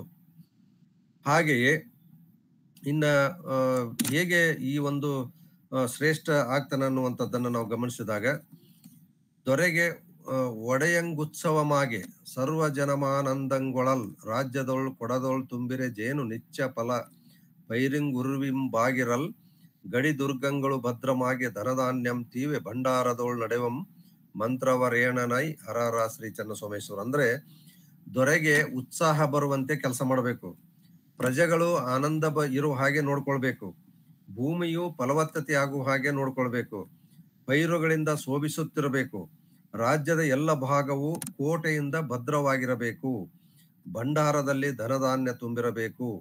ಈ ಎಲ್ಲ ಕೆಲಸಗಳನ್ನ ಮಾಡುವಂತವನೇ ಶ್ರೇಷ್ಠನಾಗಿರ್ತಕ್ಕಂಥ ಮಂತ್ರಿ ಅನ್ನುವಂಥದ್ದನ್ನ ಇಲ್ಲಿ ಹೇಳ್ತಾನೆ. ಇನ್ನೂ ಮುಂದುವರಿದು ಮಂತ್ರಿಯ ಕೈಗಳಿಗೆ ಬರುವಂತ ಶಾನ್ಭೋಗರಾಗಿರ್ಬೋದು, ಗುಮಾಸ್ತರಾಗಿರ್ಬೋದು, ತಳವಾರರು ಹೇಗಿರ್ಬೇಕು ಅನ್ನುವಂಥದ್ದನ್ನು ಸಹಿತ ಒಂದೊಂದು ಪದ್ಯದಲ್ಲಿ ಅವರ ವಿಶಿಷ್ಟತೆಯನ್ನ ಆತ ಹೇಳ್ಕೊಂತ ಹೋಗ್ತಾನೆ. ಶಾನ್ಭೋಗನಾದವನು ರಾಜ್ಯದ ಅಭಿವೃದ್ಧಿಗಾಗಿ ವಿವಿಧ ಮೂಲಗಳಿಂದ ಹಣವನ್ನ ಸಂಪಾದಿಸಬೇಕಂತೆ. ಅಂದ್ರೆ ಹಣಕಾಸು ಇಲಾಖೆ. ಪ್ರಜೆಗಳಿಗೆ ಪ್ರೀತಿ ಪಾತ್ರನಾಗಿರಬೇಕು, ಒಂದು ಕಡೆಗೂ ಬಗ್ಗದೆ ತಕ್ಕಡಿಯಂತೆ ಸಮನಾಗಿರುವವನು. ಅಂದ್ರೆ ನಿಖರವಾದಂತ ಒಂದು ಏನು ನ್ಯಾಯ ನಿರ್ಣಯವನ್ನ ಮಾಡ್ಬೇಕಂತ ಹೇಳ್ತಾನೆ. ಯಾರ ಪರವಾಗಿಯೂ ವಕಾಲತ್ ವಹಿಸುವುದಾಗ್ಲಿ ಅಥವಾ ಮಾಡಬಾರದು ಅನ್ನುವಂತ ಒಂದು ಅರ್ಥದಲ್ಲಿ. ಇಂಥ ಶಾನ್ಭೋಗನು ಭೂಲೋಕದ ಕಾಶಿ ಕ್ಷೇತ್ರದಂತೆ ಈತ ಪರಿಶುದ್ಧನಾಗಿರ್ತಾನೆ. ಹೊರಗಡೆ ಲಂಚಕ್ಕೆ ಕೈ ಒಡ್ಡುವುದು, ತಾನು ಮಾಡುವ ಸರ್ಕಾರದ ಕೆಲಸಕ್ಕೆ ಜನರಿಂದ ಪ್ರತಿಫಲವನ್ನ ತೆಗೆದುಕೊಳ್ಳುವವನು, ರಾಜ್ಯಕ್ಕೆ ಬರುವ ಆದಾಯವನ್ನು ತಾನೇ ತಿಂದು ಹಾಕುವ ಗುಮಾಸ್ತನು ಹೆಗ್ಗಣಕ್ಕೆ ಸಮಾನವೆಂದು ಇಲ್ಲಿ ಖಡಕ್ಕಾಗಿ ಹೇಳಿದಾನೆ ಅನ್ನುವಂಥದ್ದನ್ನ. ಗುಮಾಸ್ತ ಅಂತಕ್ಕಂಥವನು ಹೆಗ್ಗಣಕ್ಕೆ ಸಮಾನ. ಯಾಕೆ ಹೆಗ್ಗಣಕ್ಕೆ ಸಮಾನ ಅಂತಂದ್ರೆ ಅವನು ಲಂಚಕ್ಕೆ ಕೈ ಒಡ್ಡಿರುವಂತದ್ದಾಗಿರ್ಬೋದು, ತಾನು ಮಾಡುವ ಸರ್ಕಾರದ ಕೆಲಸಕ್ಕೆ ಜನರಿಂದ ಪ್ರತಿಫಲವನ್ನು ತೆಗೆದುಕೊಳ್ಳುವಂತವನು, ರಾಜ್ಯಕ್ಕೆ ಬರುವ ಆದಾಯವನ್ನು ತಾನೇ ತಿಂದು ಹಾಕುವಂತ ಈ ಗುಮಾಸ್ತೇನೆಂದ್ರಲ್ಲ, ಇವನು ಹೆಗ್ಗಣಕ್ಕೆ ಸಮಾನ ಅನ್ನುವಂತ ಒಂದು ಮಾತನ್ನು ಇಲ್ಲಿ ಬಹಳ ಖಾರವಾಗಿ ಹೇಳಿದಾನೆ ಅನ್ನುವಂಥದ್ದನ್ನು ಗಮನಿಸಬಹುದು. ಇಲ್ಲಿ ಹೇಳಿರುವ ಮಾತುಗಳು ಒಂದು ರಾಜ್ಯ, ಅಲ್ಲಿನ ಅರಸ, ಮಂತ್ರಿ, ಆತನ ಕೈ ಕೆಳಗಿರುವ ಆಡಳಿತ ಪರಿವಾರದವರ ಗುಣಗಳು, ವರ್ತಮಾನಕ್ಕೂ ನಮಗೆ ಅನ್ವಯಿಸಬಹುದು. ಇನ್ನ ಈ ಒಂದು ಕಾವ್ಯದಲ್ಲಿ ಅನೇಕ ನೀತಿ ಬೋಧಕವಾಗಿರ್ತಕ್ಕಂಥ ಕೆಲವು ಮಾತುಗಳು ಬಂದಿವೆ ಅನ್ನುವಂಥದ್ದನ್ನ ನೋಡಿದಾಗ ಸುಮ್ಮನೆ ಕೆಲವೊಂದಿಷ್ಟನ್ನ ನಾನು ಮಾತ್ರ ಇಲ್ಲಿ ಪಟ್ಟಿ ಮಾಡ್ತೇನೆ. ಈ ಕಾವ್ಯದುದ್ದಕ್ಕೂ ಎಲ್ಲ ಕಾಲಕ್ಕೂ ಅನ್ವಯಿಸುವ ಹಾಗೆ ನೀತಿ ಬೋಧಕವಾದಂತ ಕೆಲವು ನುಡಿಗಳನ್ನ ಶಬ್ದ ವಾಕ್ಯಗಳ ಮೂಲಕ ಕವಿ ಹೆಣೆದಿದ್ದಾನೆ. ಉದಾಹರಣೆ, ಮಗಳನ್ನು ಯೋಗ್ಯನಾದ ವರನಿಗೆ ಕೊಡಬೇಕಂತ ಹೇಳ್ತಾನೆ. ಕೊಡಬೇಕು ಉತ್ತಮನಾದವಂಗೆ ಮಗಳಂ. ದಾನವನ್ನು ತಕ್ಕ ಅರ್ಹತೆ ಉಳ್ಳವನಿಗೆ ಕೊಡಬೇಕು, ಅಂದ್ರೆ ಸತ್ಪಾತ್ರಕಂ ದಾನಂ ಅಂತ ಹೇಳ್ತಾನೆ. ನೆಂಟರ ವಿಚಾರದಲ್ಲಿ ದುಡ್ಡಿನ ಆಸೆಯನ್ನು ಮಾಡಬಾರದು, ಬಿಡಬೇಕೈ ಧನಲೋಭ ಬಂಧು ಜನರೋಳ್. ಅಂದ್ರೆ ಬಂಧು ಮಿತ್ರರಲ್ಲಿ, ಬಂಧು ನೆಂಟರಲ್ಲಿ ನಾವು ಹಣಕಾಸಿನ ವ್ಯವಹಾರ ಮಾಡಬಾರದು ಅಂತ ಹೇಳ್ತಾನೆ, ಅಥವಾ ಆಸೆ ಮಾಡಬಾರ್ದು ಅಂತ ಹೇಳ್ತಾನೆ. ದುಷ್ಟ ಜನರ ಸಹವಾಸವನ್ನು ಬಿಡಬೇಕು, ದುಷ್ಟಾತ್ಮರೋಳ್ ಗೋಷ್ಠಿಯಂ. ಅಂದ್ರೆ ದುಷ್ಟರ ಜೊತೆಗೆ ನಾವು ಇರಬಾರ್ದು ಅಂತ. ಈಶ್ವರನಲ್ಲಿ ಭಕ್ತಿಯನ್ನು ಇಡಬೇಕು ಈಶ್ವರನಲ್ಲಿ ಭಕ್ತಿ ರಸಮಂ ಅಂತೇಳಿ ಬರ್ತದೆ ಒಂದು ಕಡೆ. ಏನಂತಂದ್ರೆ ಇದು ವಿಶೇಷವಾಗಿ ಈಶ್ವರ ಪ್ರಣಿಧಾನ ಅಂತೇಳಿ ಪತಂಜಲಿ ಮುನಿಯ ಯೋಗ ಸೂತ್ರದಲ್ಲಿ ಒಂದು ಬರ್ತದೆ. ಯೋಗಿ ಆಗಿರತಕ್ಕಂಥವನು ಈಶ್ವರನಿಗೆ ಸಂಪೂರ್ಣವಾಗಿ ಶರಣಾಗತನಾಗಿರಬೇಕು. ಎಲ್ಲವೂ ಸಹಿತ ಈಶ್ವರನಿಂದಲೇ ಬಂದಿರುವಂತಹದ್ದು, ಶಿವನಿಂದಲೇ ಬಂದಿರುವಂತಹದ್ದು, ಪ್ರಕೃತಿಯಿಂದಲೇ ಬಂದಿರುವಂತ ಒಂದು ಭಾವನೆಯನ್ನ ತಾಳಿದಾಗ ಮಾತ್ರ ಆತನ ಮನಸ್ಸು ಸರಿಯಾಗಿರ್ತದ ಅನ್ನುವಂತ ಅರ್ಥದಲ್ಲಿ ಯೋಗ ಸೂತ್ರದಲ್ಲಿ ಹೇಳಿದಾನೆ. ಇಲ್ಲಿಯೂ ಸಹಿತ ಇಡಬೇಕು ಈಶ್ವರನಲ್ಲಿ ಭಕ್ತಿ ರಸಮಂ ಅಂತ ಹೇಳ್ತಾನೆ. ತನ್ನ ಒಡೆಯನಲ್ಲಿ ನಂಬಿಕೆಯನ್ನು ಇಡಬೇಕು. ಅಂದ್ರೆ ಯಾರೇ ತನ್ನ ಏನು ಮೇಲಾಧಿಕಾರಿಗಳು ಅಥವಾ ಒಡೆಯರು ಇರ್ತಾರಲ್ಲ, ಅವರಲ್ಲಿ ನಂಬಿಕೆಯನ್ನು ಇಡಬೇಕು ಅಂತ ಹೇಳ್ತಾನೆ. ವಿಶ್ವಾಸಮಂ ಸ್ವಾಮಿಯೋಳ್ ಅಂತ ಹೇಳ್ತಾನೆ. ದೇವರು ಕೊಟ್ಟಿರುವುದರಲ್ಲಿ ಇತರರಿಗೂ ಊಟಕ್ಕಿಟ್ಟು ತಾನೂ ಊಟ ಮಾಡಬೇಕು ಅನ್ನುವಂತ ಒಂದು ಮಾತನ್ನ ಒಂದ್ ಕಡೆ ಹೇಳ್ತಾನೆ. ಇಂಥ ಅನೇಕ ಮಾತುಗಳು ಸರ್ವರಿಗೂ ಸರ್ವಕಾಲಕ್ಕೂ ಇವು ಅನ್ವಯವಾಗ್ತವೆ ಅನ್ನುವಂಥದ್ದನ್ನ ನಾವು ನೋಡ್ಬೋದು. ಇಲ್ಲಿ ಅನೇಕ ಶರಣರ ವಚನಗಳ ಒಂದು ಪ್ರಭಾವ ಆಗಿರುವಂಥದ್ದು, ಅನೇಕ ಕವಿಗಳು ತಮ್ಮ ಕಾವ್ಯಗಳಲ್ಲಿ ಉಲ್ಲೇಖ ಮಾಡಿರುವಂತ ಅನೇಕ ವಿಚಾರಗಳನ್ನು ಹೇಳಿರುವಂಥದ್ದನ್ನು ಸಹಿತ ತನ್ನದೇ ಆದ ರೀತಿಯಲ್ಲಿ ಕವಿ ವ್ಯಕ್ತಪಡಿಸಿದ್ದಾನೆ ಅನ್ನುವಂಥದ್ದು ನಮಗೆ ಗೊತ್ತಾಗ್ತದೆ. ಮನಸ್ಸನ್ನ ಮಡಿ ಅಂತೇಳಿ ನಾವೇನ್ ಹೇಳ್ತೇವಲ್ಲ, ಆ ಮಡಿ ಅಂತಂದ್ರೆ ಏನಂತಂದ್ರೆ ಮನಸ್ಸನ್ನ ಸ್ವಚ್ಛವಾಗಿ ಇಟ್ಕೊಳ್ಳುವಂಥದ್ದು, ಶುದ್ಧವಾಗಿ ಇಟ್ಕೊಳ್ಳುವಂಥದ್ದೇ ಮಡಿ ಅನ್ನುವಂತ ಒಂದು ಲೆಕ್ಕದಲ್ಲಿ ಹೇಳ್ತಾನೆ. ಮನಸ್ಸನ್ನ ಶುದ್ಧವಾಗಿಟ್ಟಿರುವುದೇ ಮಡಿ. ಅಂದ್ರೆ ತೀರ್ಥ ಸ್ನಾನ ಮಾಡಿದರೆ ಪಾಪಗಳು ಏನು ಹೋಗೋದಿಲ್ಲ, ಹೌದಾ? ಬೇವಿನ ಹಣ್ಣನ್ನು ಬೆಲ್ಲದ ಪಾಕದಲ್ಲಿಟ್ಟರೆ ಕಹಿ ಹೋಗೋದಿಲ್ಲ. ಹಾಗೆಯೇ ನಮ್ಮ ಮನಸ್ಸನ್ನ ಶುದ್ಧವಾಗಿಟ್ಟುಕೊಂಡ್ರೆ ಮಾತ್ರ ಅದೇ ಮಡಿ ಅಂತೇಳಿ ಹೇಳ್ತಾನೆ. ಹೀಗೆ ಈ ಶತಕವನ್ನ ಚೆನ್ನಾಗಿ ಅರ್ಥ ಮಾಡಿಕೊಂಡರೆ ವಿವೇಕ, ಬುದ್ಧಿ, ಜಾಣ್ಮೆ, ಓದುವ ಒಳ್ಳೆಯ ಶೈಲಿ, ಗಾಂಭೀರ್ಯ, ನೀತಿ, ದೃಢ ಮನಸ್ಸು, ಒಳ್ಳೆಯ ಕೀರ್ತಿಯನ್ನ ಹೊಂದಬಹುದು ಅನ್ನುವಂತ ಒಂದು ಮಾತನ್ನ ಇಲ್ಲಿ ಹೇಳ್ತಾನೆ ಕೊನೆಯಲ್ಲಿ. ಈ ಕಾವ್ಯವನ್ನ ಚೆನ್ನಾಗಿ ಅರ್ಥ ಮಾಡ್ಕೊಂಡ್ರೆ ವಿವೇಕ, ಬುದ್ಧಿ, ಜಾಣ್ಮೆ, ಓದುವ ಒಳ್ಳೆಯ ಶೈಲಿ ಬರ್ತದ, ಗಾಂಭೀರ್ಯ ಬರ್ತದ, ನೀತಿ ಬರ್ತದ, ದೃಢ ಮನಸ್ಸಾಗ್ತದ, ಒಳ್ಳೆಯ ಕೀರ್ತಿಯನ್ನು ಹೊಂದಬಹುದು. ಹುಲಿಗೆರೆ ನಗರದ ಸೋಮೇಶ್ವರನು ನನ್ನಲ್ಲಿ ಕೃಪೆ ಮಾಡಿ ಲೋಕಹಿತಕ್ಕಾಗಿ ನನ್ನಿಂದ ಈ ನೀತಿ ಮಾತುಗಳನ್ನ ಹೇಳಿಸಿದ್ದಾನೆ ಎನ್ನುವಂತ ಒಂದು ಮಾತಿನೊಂದಿಗೆ ಈ ಕಾವ್ಯ ಸಮಾಪ್ತಗೊಳ್ತದೆ. ಸೋಮೇಶ್ವರ ಶತಕ ಒಂದು ಜನಪ್ರಿಯ ಕಾವ್ಯ ಅನ್ನುವಂಥದ್ದನ್ನ ನಾನು ಹೇಳಿದ್ದೇನೆ ಈಗಾಗಲೇ. ಕುಮಾರವ್ಯಾಸ ಭಾರತ ಆಗಿರ್ಬೋದು, ವಚನಗಳಾಗಿರ್ಬೋದು, ಬಸವ ಪುರಾಣಗಳಂತ ಕಾವ್ಯಗಳನ್ನು ಜನರು ಮನೆಯಲ್ಲಿಟ್ಟು ದಿನಂಪ್ರತಿ ಅವುಗಳನ್ನ ಪಾರಾಯಣ ಮಾಡೋದಂತ ಆಗ್ಲಿ ಅಥವಾ ಓದೋದಾಗ್ಲಿ ಅಥವಾ ಪಠನ ಮಾಡುವಂತ ಒಂದು ಪರಂಪರೆ ನಮ್ಮಲ್ಲಿ ಬಹಳ ಹಿಂದಿನಿಂದಲೇ ಇತ್ತು. ಹೀಗಾಗಿ ಈ ಕುಮಾರವ್ಯಾಸ ಭಾರತ ಆಗಿರ್ಬೋದು ಅಥವಾ ವಚನಗಳಾಗಿರ್ಬೋದು ಅಥವಾ ಬಸವ ಪುರಾಣಗಳಂತ ಅನೇಕ ಏನು ಕಾವ್ಯಗಳಿದಾವಲ್ಲ, ಜನಪ್ರಿಯ ಕಾವ್ಯಗಳಂತ ನಾವು ಕರಿತೇವಲ್ಲ, ಇವು ನಮಗೆ ಹೆಚ್ಚಿನ ಸಂಖ್ಯೆಯಲ್ಲಿ ಇವುಗಳ ಹಸ್ತಪ್ರತಿಗಳು ನಮಗೆ ಸಿಗ್ತವೆ. ಈಗಲೂ ಸಹಿತ ನೀವು ಯಾವುದೇ ಒಂದು ಹಸ್ತಪ್ರತಿ ಭಂಡಾರಕ್ಕೆ ಹೋದ್ರೆ ಅಲ್ಲಿ ಇಂಥ ಒಂದು ಪಾರಾಯಣ ಮಾಡುವಂತಹ ಪಠಣ ಮಾಡುವಂತಹ ಕಾವ್ಯಗಳ ಹಸ್ತಪ್ರತಿಗಳು ಅಧಿಕ ಸಂಖ್ಯೆಯಲ್ಲಿ ಸಿಗುವಂತದ್ದನ್ನು ನಾವು ನೋಡಬಹುದು. ಅಂತ ಒಂದು ಕಾವ್ಯಗಳ ಸಾಲಿಗೆ ಪ್ರಸ್ತುತ ಸೋಮೇಶ್ವರ ಶತಕವು ಸಹಿತ ಒಂದು ಅನ್ನುವಂಥದ್ದನ್ನು ನೋಡಬಹುದು. ನೀವು ಯಾವುದೇ ಹಸ್ತಪ್ರತಿ ಭಂಡಾರಕ್ಕೆ ಹೋದ್ರೆ ಅದರಲ್ಲಿ ಸೋಮೇಶ್ವರ ಶತಕದ ಹೆಚ್ಚಿನ ಪ್ರತಿಗಳು ನಮಗೆ ಕಂಡು ಬರ್ತವೆ. ಯಾಕಂತಂದ್ರೆ ಇದನ್ನ ಮನೆಯಲ್ಲಿ ಪಾರಾಯಣ ಮಾಡ್ಲಿಕ್ಕೆ, ಅಭ್ಯಾಸ ಮಾಡ್ಲಿಕ್ಕೆ, ಪಠಣ ಮಾಡ್ಲಿಕ್ಕೆ ಮನೆಯಲ್ಲಿ ಇದನ್ನ ಬರೆಸ್ಕೊಂಡು ಇಟ್ಕೊಳ್ತಾ ಇದ್ರು ಅನ್ನುವಂಥದ್ದು ಸಹಿತ ನಮಗೆ ಗೊತ್ತಾಗ್ತದೆ. ಹೀಗಾಗಿ ನಾಡಿನ ಅನೇಕ ಹಸ್ತಪ್ರತಿ ಭಂಡಾರಗಳಲ್ಲಿ ಈ ಕೃತಿಯ ತಾಡೋಲೆ, ಕೋರಿಕಾಗದ ರೂಪದ ಪ್ರತಿಗಳು ಅಧಿಕ ಪ್ರಮಾಣದಲ್ಲಿ ಸಂಗ್ರಹಗೊಂಡಿವೆ. ಮತ್ತೆ ಈಗಾಗಲೇ ಹೇಳಿದಂತೆ ಪ್ರಾಥಮಿಕ ಪ್ರೌಢಶಾಲೆ ವಿದ್ಯಾರ್ಥಿಗಳಿಗೆ ಈ ಶತಕದ ಆಯ್ದ ಪದ್ಯಗಳು ಪಠ್ಯವಾಗಿರುವಂತದ್ದು. PUC ಪದವಿ ಉನ್ನತ ಶಿಕ್ಷಣದ ತರಗತಿಗಳಲ್ಲಿಯೂ ಸಹಿತ ಈ ಕಾವ್ಯಗಳನ್ನ ವಿದ್ಯಾರ್ಥಿಗಳಿಗಾಗಿ ಪಠ್ಯವನ್ನಾಗಿ ರೂಪಿಸಿರುವುದು ಇದರ ಒಂದು ಜನಪ್ರಿಯತೆಗೆ ನಿದರ್ಶನವಾಗಿದೆ. ಈ ಕಾವ್ಯವನ್ನ ಕುರಿತಂತೆ ಅನೇಕ ವಿದ್ವಾಂಸರು ಅಧ್ಯಯನ ಮಾಡಿ ತಮ್ಮದೇ ಆದ ಅಭಿಪ್ರಾಯಗಳನ್ನು ವ್ಯಕ್ತಪಡಿಸಿದ್ದಾರೆ. ಒಂದಿಷ್ಟು ವಿದ್ವಾಂಸರ ವಿಚಾರಗಳನ್ನು ಹೇಳೋದಾದ್ರೆ, ಡಾಕ್ಟರ್ ವೀರಣ್ಣರಾಜುರವರು ಈ ಕೃತಿಯ ಸಂಪೂರ್ಣ ಅಧ್ಯಯನ ಮಾಡಿ ಕೆಲವೊಂದಿಷ್ಟು ಮಾತುಗಳನ್ನ ಬಹಳ ಅಚ್ಚುಕಟ್ಟಾಗಿ ಹೇಳಿರುವಂತದ್ದನ್ನ ನಾವು ನೋಡಬಹುದು. ಅವರ ಮಾತಿನಲ್ಲಿ ಹೇಳೋದಾದ್ರೆ, ಈ ಕೃತಿಯಲ್ಲಿ ಇಡೀ ಮಾನವನ ಬದುಕಿನ ರೀತಿ ರಿವಾಜುಗಳ ಚಿತ್ರಣವಿದೆ, ಲೌಕಿಕ ಪಾರಮಾರ್ಥಿಕದ ಬೋಧೆ ಇದೆ, ಮಾನವನ ಸ್ವಭಾವ, ಸಾಮಾಜಿಕ ವ್ಯವಸ್ಥೆ, ರಾಜಕೀಯ ಸ್ಥಿತಿಗತಿ, ಲೋಕದ ವ್ಯವಹಾರ, ಒಳಿತು ಕೆಡುಕು, ಸಜ್ಜನ ದುರ್ಜನ, ಸುಖ ದುಃಖ, ಶುಚಿ ಅಶುಚಿ, ವಿಧಿ ವಿವೇಕಗಳ ಒಂದು ವಿವರಣೆ ಇಲ್ಲಿದೆ.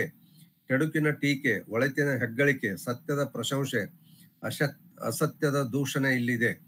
ಒಟ್ಟಿನಲ್ಲಿ ಸುಸಂಸ್ಕೃತ ವ್ಯಕ್ತಿತ್ವ, ಸುಖಿ ಜೀವನ, ಸುಖಿ ಸಮಾಜ, ಸುಖಿ ರಾಷ್ಟ್ರ ನಿರ್ಮಾಣದ ಒಂದು ಹಂಬಲ ಈ ಒಂದು ಪದ್ಯಗಳಿಂದ ನಮಗೆ ಗೊತ್ತಾಗ್ತದೆ.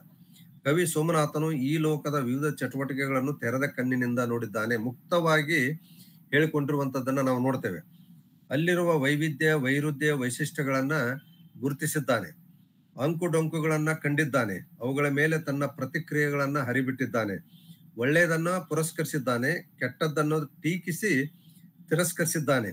ನೈತಿಕ ಬದುಕಿನ ಒಂದು ಶ್ರೇಷ್ಠತೆಯನ್ನ ಆತ ಎತ್ತಿ ಹಿಡಿದಿದ್ದಾನೆ ಅನ್ನುವಂಥದ್ದು ನಮಗೆ ಇದರಿಂದ ಗೊತ್ತಾಗ್ತದೆ.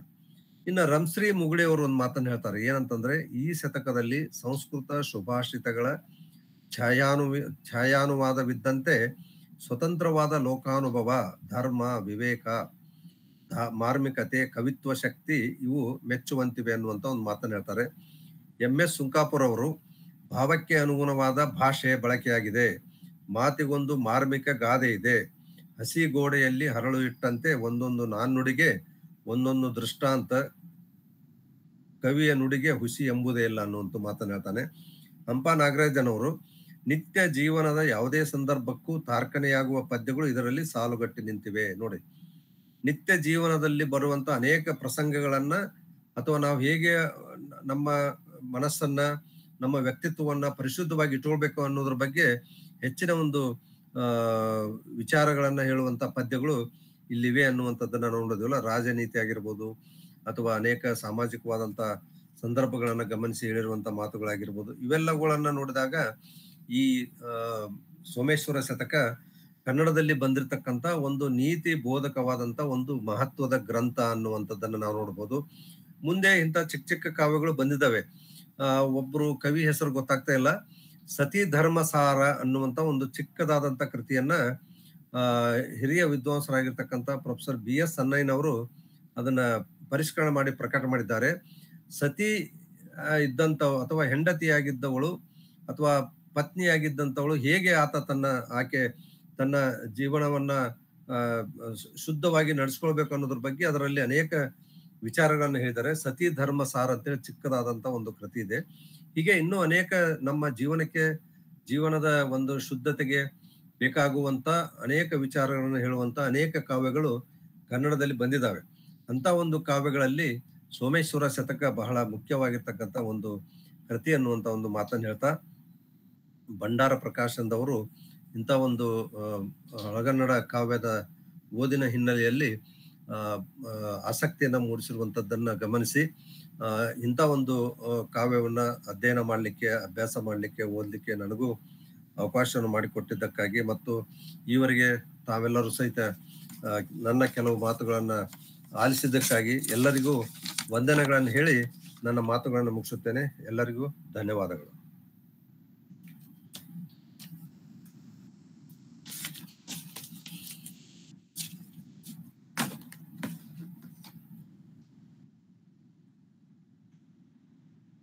Thank you.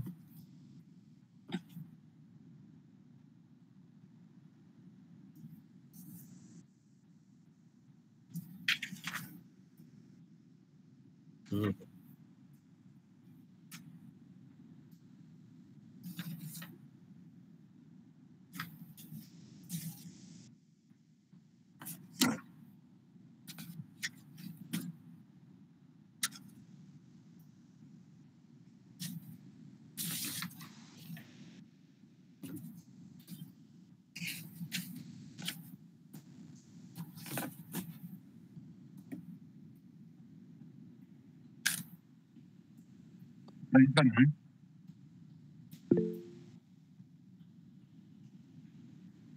ಪಾಲ್ಕುರ್ಕೆ ಸೋಮನಾಥ ಮತ್ತು ಪುಲಿಗೆರೆ ಸೋಮನಾಥ ಇಬ್ಬರು ಒಂದೇನಾ ಅಥವಾ ಬೇರೆ ಬೇರೆ?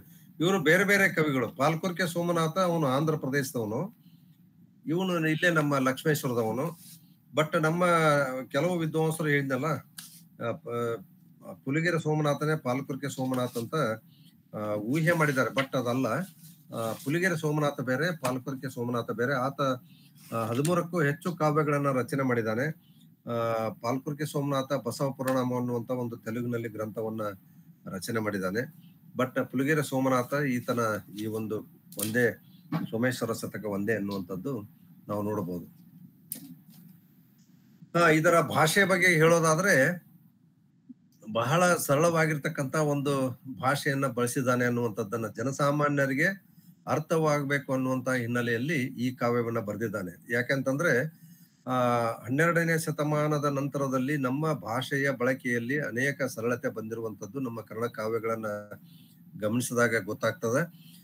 ವಿಶೇಷವಾಗಿ ಏನು ಆ ಕಾಲಘಟ್ಟದಲ್ಲಿ ಬಂದಿರತಕ್ಕಂತ ಅನೇಕ ಕೃತಿಗಳಿದಾವಲ್ಲ, ಅವೆಲ್ಲವೂ ಸಹಿತ ಸರಳ ಭಾಷೆಯಲ್ಲಿ ಬಂದಿದ್ದಾವೆ ಅನ್ನುವಂಥದ್ದನ್ನ ನಾವು ನೋಡ್ಬೋದು. ಈಗ ನೈಸೇನನ ಧರ್ಮಾಮೃತ ಅನ್ನುವಂತ ಚಂಪು ಕಾವ್ಯವು ಸಹಿತ ಬಹಳ ಸರಳವಾಗಿ ಅಲ್ಲಿ ಭಾಷೆಯನ್ನ ಅಂದ್ರೆ ಪ್ರಾದೇಶಿಕ ಭಾಷೆ ಆಗಿರ್ಬೋದು ಅಥವಾ ದೇಶಿ ಭಾಷೆಯನ್ನ ಸರಳವಾಗಿ ಹೇಳಲಿಕ್ಕೆ ಪ್ರಯತ್ನ ಪಟ್ಟಿದ್ದಾರೆ ಅನ್ನುವಂಥದ್ದು ಗೊತ್ತಾಗ್ತದೆ. ಅದೇ ಮಾರ್ಗದಲ್ಲಿ ಪುಲಿಗೆರೆ ಸೋಮನಾಥನು 13ನೇ ಶತಮಾನದಲ್ಲಿ ಏನಿದ್ನಲ್ಲ, ಹರಿಹರನ ಭಾಷೆಯ ಒಂದು ಬಳಕೆ ಆಗಿರ್ಬೋದು ಅಥವಾ ಸರಳವಾದಂತ ಭಾಷೆಯನ್ನ ಬಳಕೆ ಮಾಡಿದ್ದಾನೆ. ಅನೇಕ ಗಾದೆ ಮಾತುಗಳನ್ನ, ನುಡಿಮುತ್ತುಗಳನ್ನ, ನುಡಿಕಟ್ಟುಗಳನ್ನ ಈತ ಬಳಸಿದ್ದಾನೆ ಅನ್ನುವಂಥದ್ದು ಪ್ರತಿಯೊಂದು ಪದ್ಯದಿಂದ ನಮಗೆ ಗೊತ್ತಾಗ್ತದ. ಅವುಗಳನ್ನ ಪಟ್ಟಿ ಕೆಲವೊಂದಿಷ್ಟು ನಾನು ಹೇಳಿದೆ, ಇನ್ನೂ ಸಾಕಷ್ಟು ಇದಾವೆ. ಆಸಕ್ತರು ಈ ಕೃತಿಯನ್ನ ಓದ್ಬೋದು. ಇದಕ್ಕೆ ಸಾಕಷ್ಟು ಏನು ಪ್ರಯತ್ನ ಪಡಬೇಕಾಗಿಲ್ಲ. ಸರಳವಾಗಿ ನಮಗೆ ಕಾವ್ಯ ತಿಳಿಸ್ಕೊಂಡು ಹೋಗ್ತದೆ ಮತ್ತು ಅವುಗಳನ್ನ ಅರ್ಥೈಸಲಿಕ್ಕೆ ಅನೇಕ ಗ್ರಂಥಗಳು ಬಂದಿದ್ದಾವೆ. ಕನ್ನಡ ಸಾಹಿತ್ಯ ಪರಿಷತ್ತಿನಿಂದ ಸೋಮೇಶ್ವರ ಶತಕ ಅನ್ನುವಂತ ಒಂದು ಗ್ರಂಥ ಗದ್ಯಾನುವಾದದಲ್ಲಿ ಕೊಟ್ಟಿದ್ದಾರೆ ಮತ್ತು ಸರಳವಾದ ಅರ್ಥದಲ್ಲಿ ಕೊಟ್ಟಿರುವಂತದ್ದನ್ನು ಸಹಿತ ಗಮನಿಸಬಹುದು.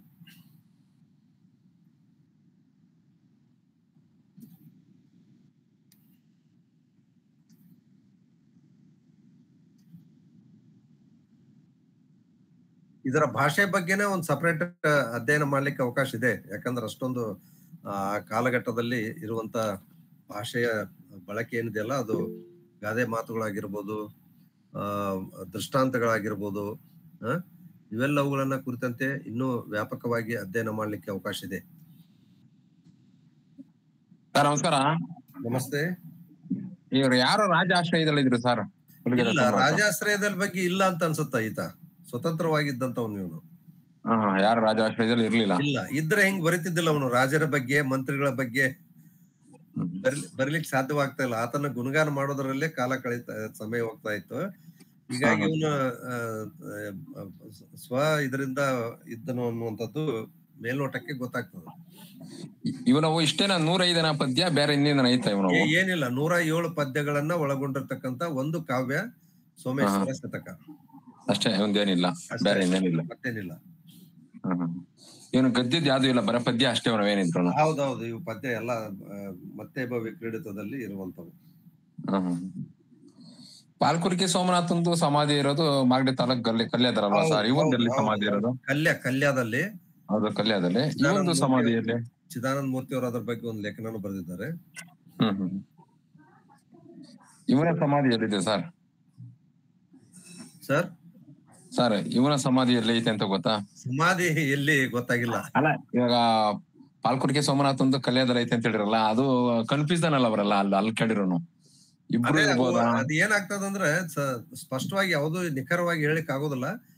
ಒಂದು ಹಂತದಲ್ಲಿ ನಡೀತಾ ಇರ್ತದೆ. ಬಟ್ ಅದು ನೋಡ್ಬೇಕು ಅದ್ ಏನಂತೇಳಿ. ಬಟ್ ಪುಲಿಗೆರೆ ಸೋಮನಾಥನ್ ಬಗ್ಗೆ ನಮ್ಗೆ ಯಾವುದೇ ವೈಯಕ್ತಿಕ ವಿಚಾರಗಳು ಗೊತ್ತಾಗೋದಿಲ್ಲ. ಪುಲಿಗೆರೆ ಅನ್ನುವಂತ ಇದ್ರ ಮೇಲೆನೆ ಆತ ಇದ್ದನು ಅನ್ನುವಂಥದ್ದು ನಮ್ಗೆ ಗೊತ್ತಾಗ್ತದೆ. ವೃತ್ತಗಳನ್ನೇ ಏಕೆ ಬಳಸಿದಾನೆ ಅಂತಂದ್ರೆ ಆ ಕಾಲಘಟ್ಟದಲ್ಲಿ ಈ ಶತಕಗಳ ಒಂದು ರಚನೆ ಇದೆಯಲ್ಲ, ಹರಿಹರನು ಸಹಿತ ಅಂತ ಒಂದು ಪದ್ಯಗಳನ್ನ ಬಳಸಿಕೊಂಡು ರಚನೆ ಮಾಡಿದ್ದಾನೆ. ಆ ಒಂದು ಮಾರ್ಗದಲ್ಲಿ ಪಾಲ್ಕುರ್ಕೆ ಇದು ಪುಲಿಗೆರೆ ಸೋಮನಾಥ ಮುನ್ನಡೆದಂತೆ ನಮ್ಗೆ ಕಾಣ್ತದ. ಮುಂದೆ 14, 15, 16ನೇ ಶತಮಾನಕ್ಕೆ ಬಂದ್ರೆ ಅದರಲ್ಲಿ ಇನ್ನೂ ಸರಳತೆ ಬಂದಿರುವಂತದ್ದನ್ನ ನಾವು ನೋಡ್ತೇವೆ. ಷಟ್ಪದಿ ಪದ್ಯಗಳನ್ನ ಬಳಸಿಕೊಂಡು ಶತಕ ಕಾವ್ಯಗಳನ್ನ ಬರೆದಿದ್ದಾರೆ. ಸಾಂಗತ್ಯ ಪದ್ಯಗಳನ್ನ ಬಳಸಿಕೊಂಡು ಕಾವ್ಯಗಳನ್ನ ಬರೆದಿದ್ದಾರೆ. ಕಂದ ಪದ್ಯಗಳನ್ನ ಬಳಸಿಕೊಂಡು ಕಾವ್ಯಗಳನ್ನ ಬರೆದಿರುವಂತದ್ದನ್ನು ಸಹಿತ ಗಮನಿಸಬಹುದು. ಸರಿ ಸರ್, ಥ್ಯಾಂಕ್ ಯು. ಧನ್ಯವಾದ.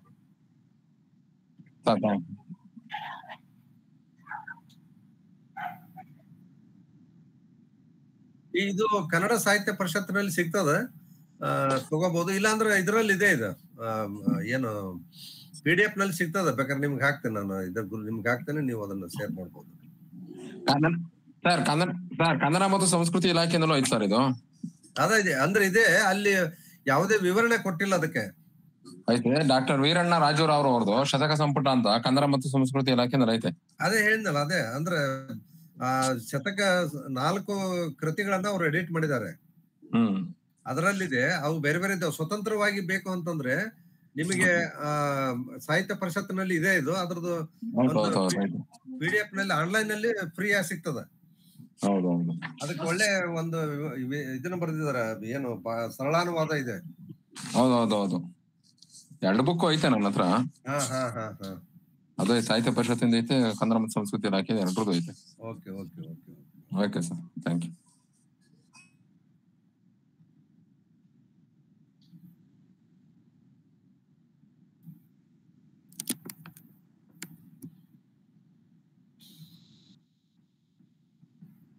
ಪ್ರಾಚೀನ ಕಾವ್ಯಗಳನ್ನು ಸಮಕಾಲೀನ ಸಂದರ್ಭದಲ್ಲಿಟ್ಟು ನೋಡುವಂತ ಅವಶ್ಯಕತೆ ಇದೆ.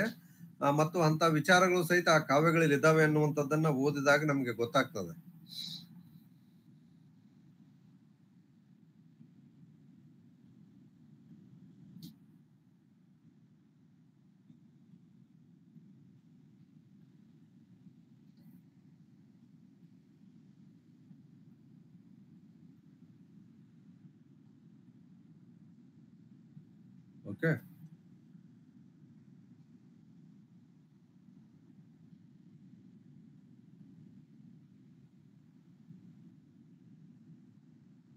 ಓಕೆ, ಮುಕ್ತಾಯ ಮಾಡಿ.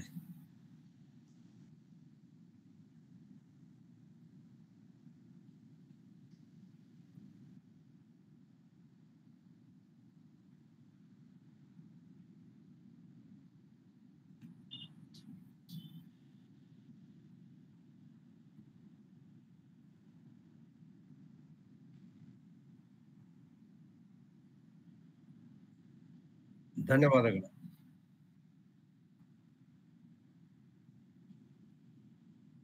ಓಕೆ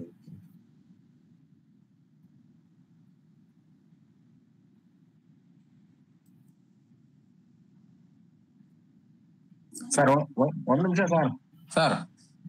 ಇನ್ನ ಮುಂದೆ ಇದೇ ತರ ಆಗ್ತಾ ಇರಿ ಸರ್, ನಮ್ಗೆಲ್ಲ ಬರಂಗೆ. ನಿಮ್ಮ ಯಾವ್ದೇ ಕಾರ್ಯಕ್ರಮ ಇದ್ರು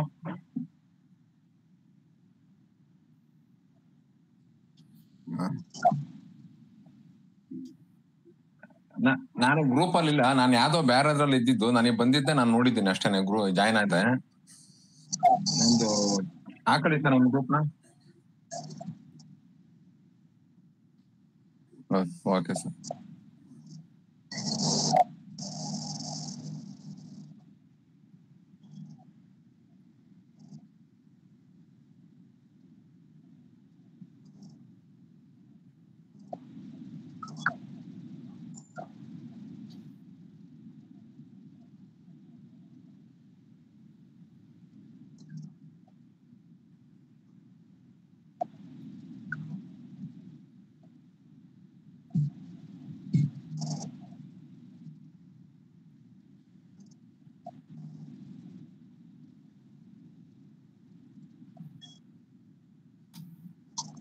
ಶುಭರಾತ್ರಿ. ಧನ್ಯವಾದಗಳು ಸರ್. ಶುಭರಾತ್ರಿ. ಧನ್ಯವಾದಗಳು.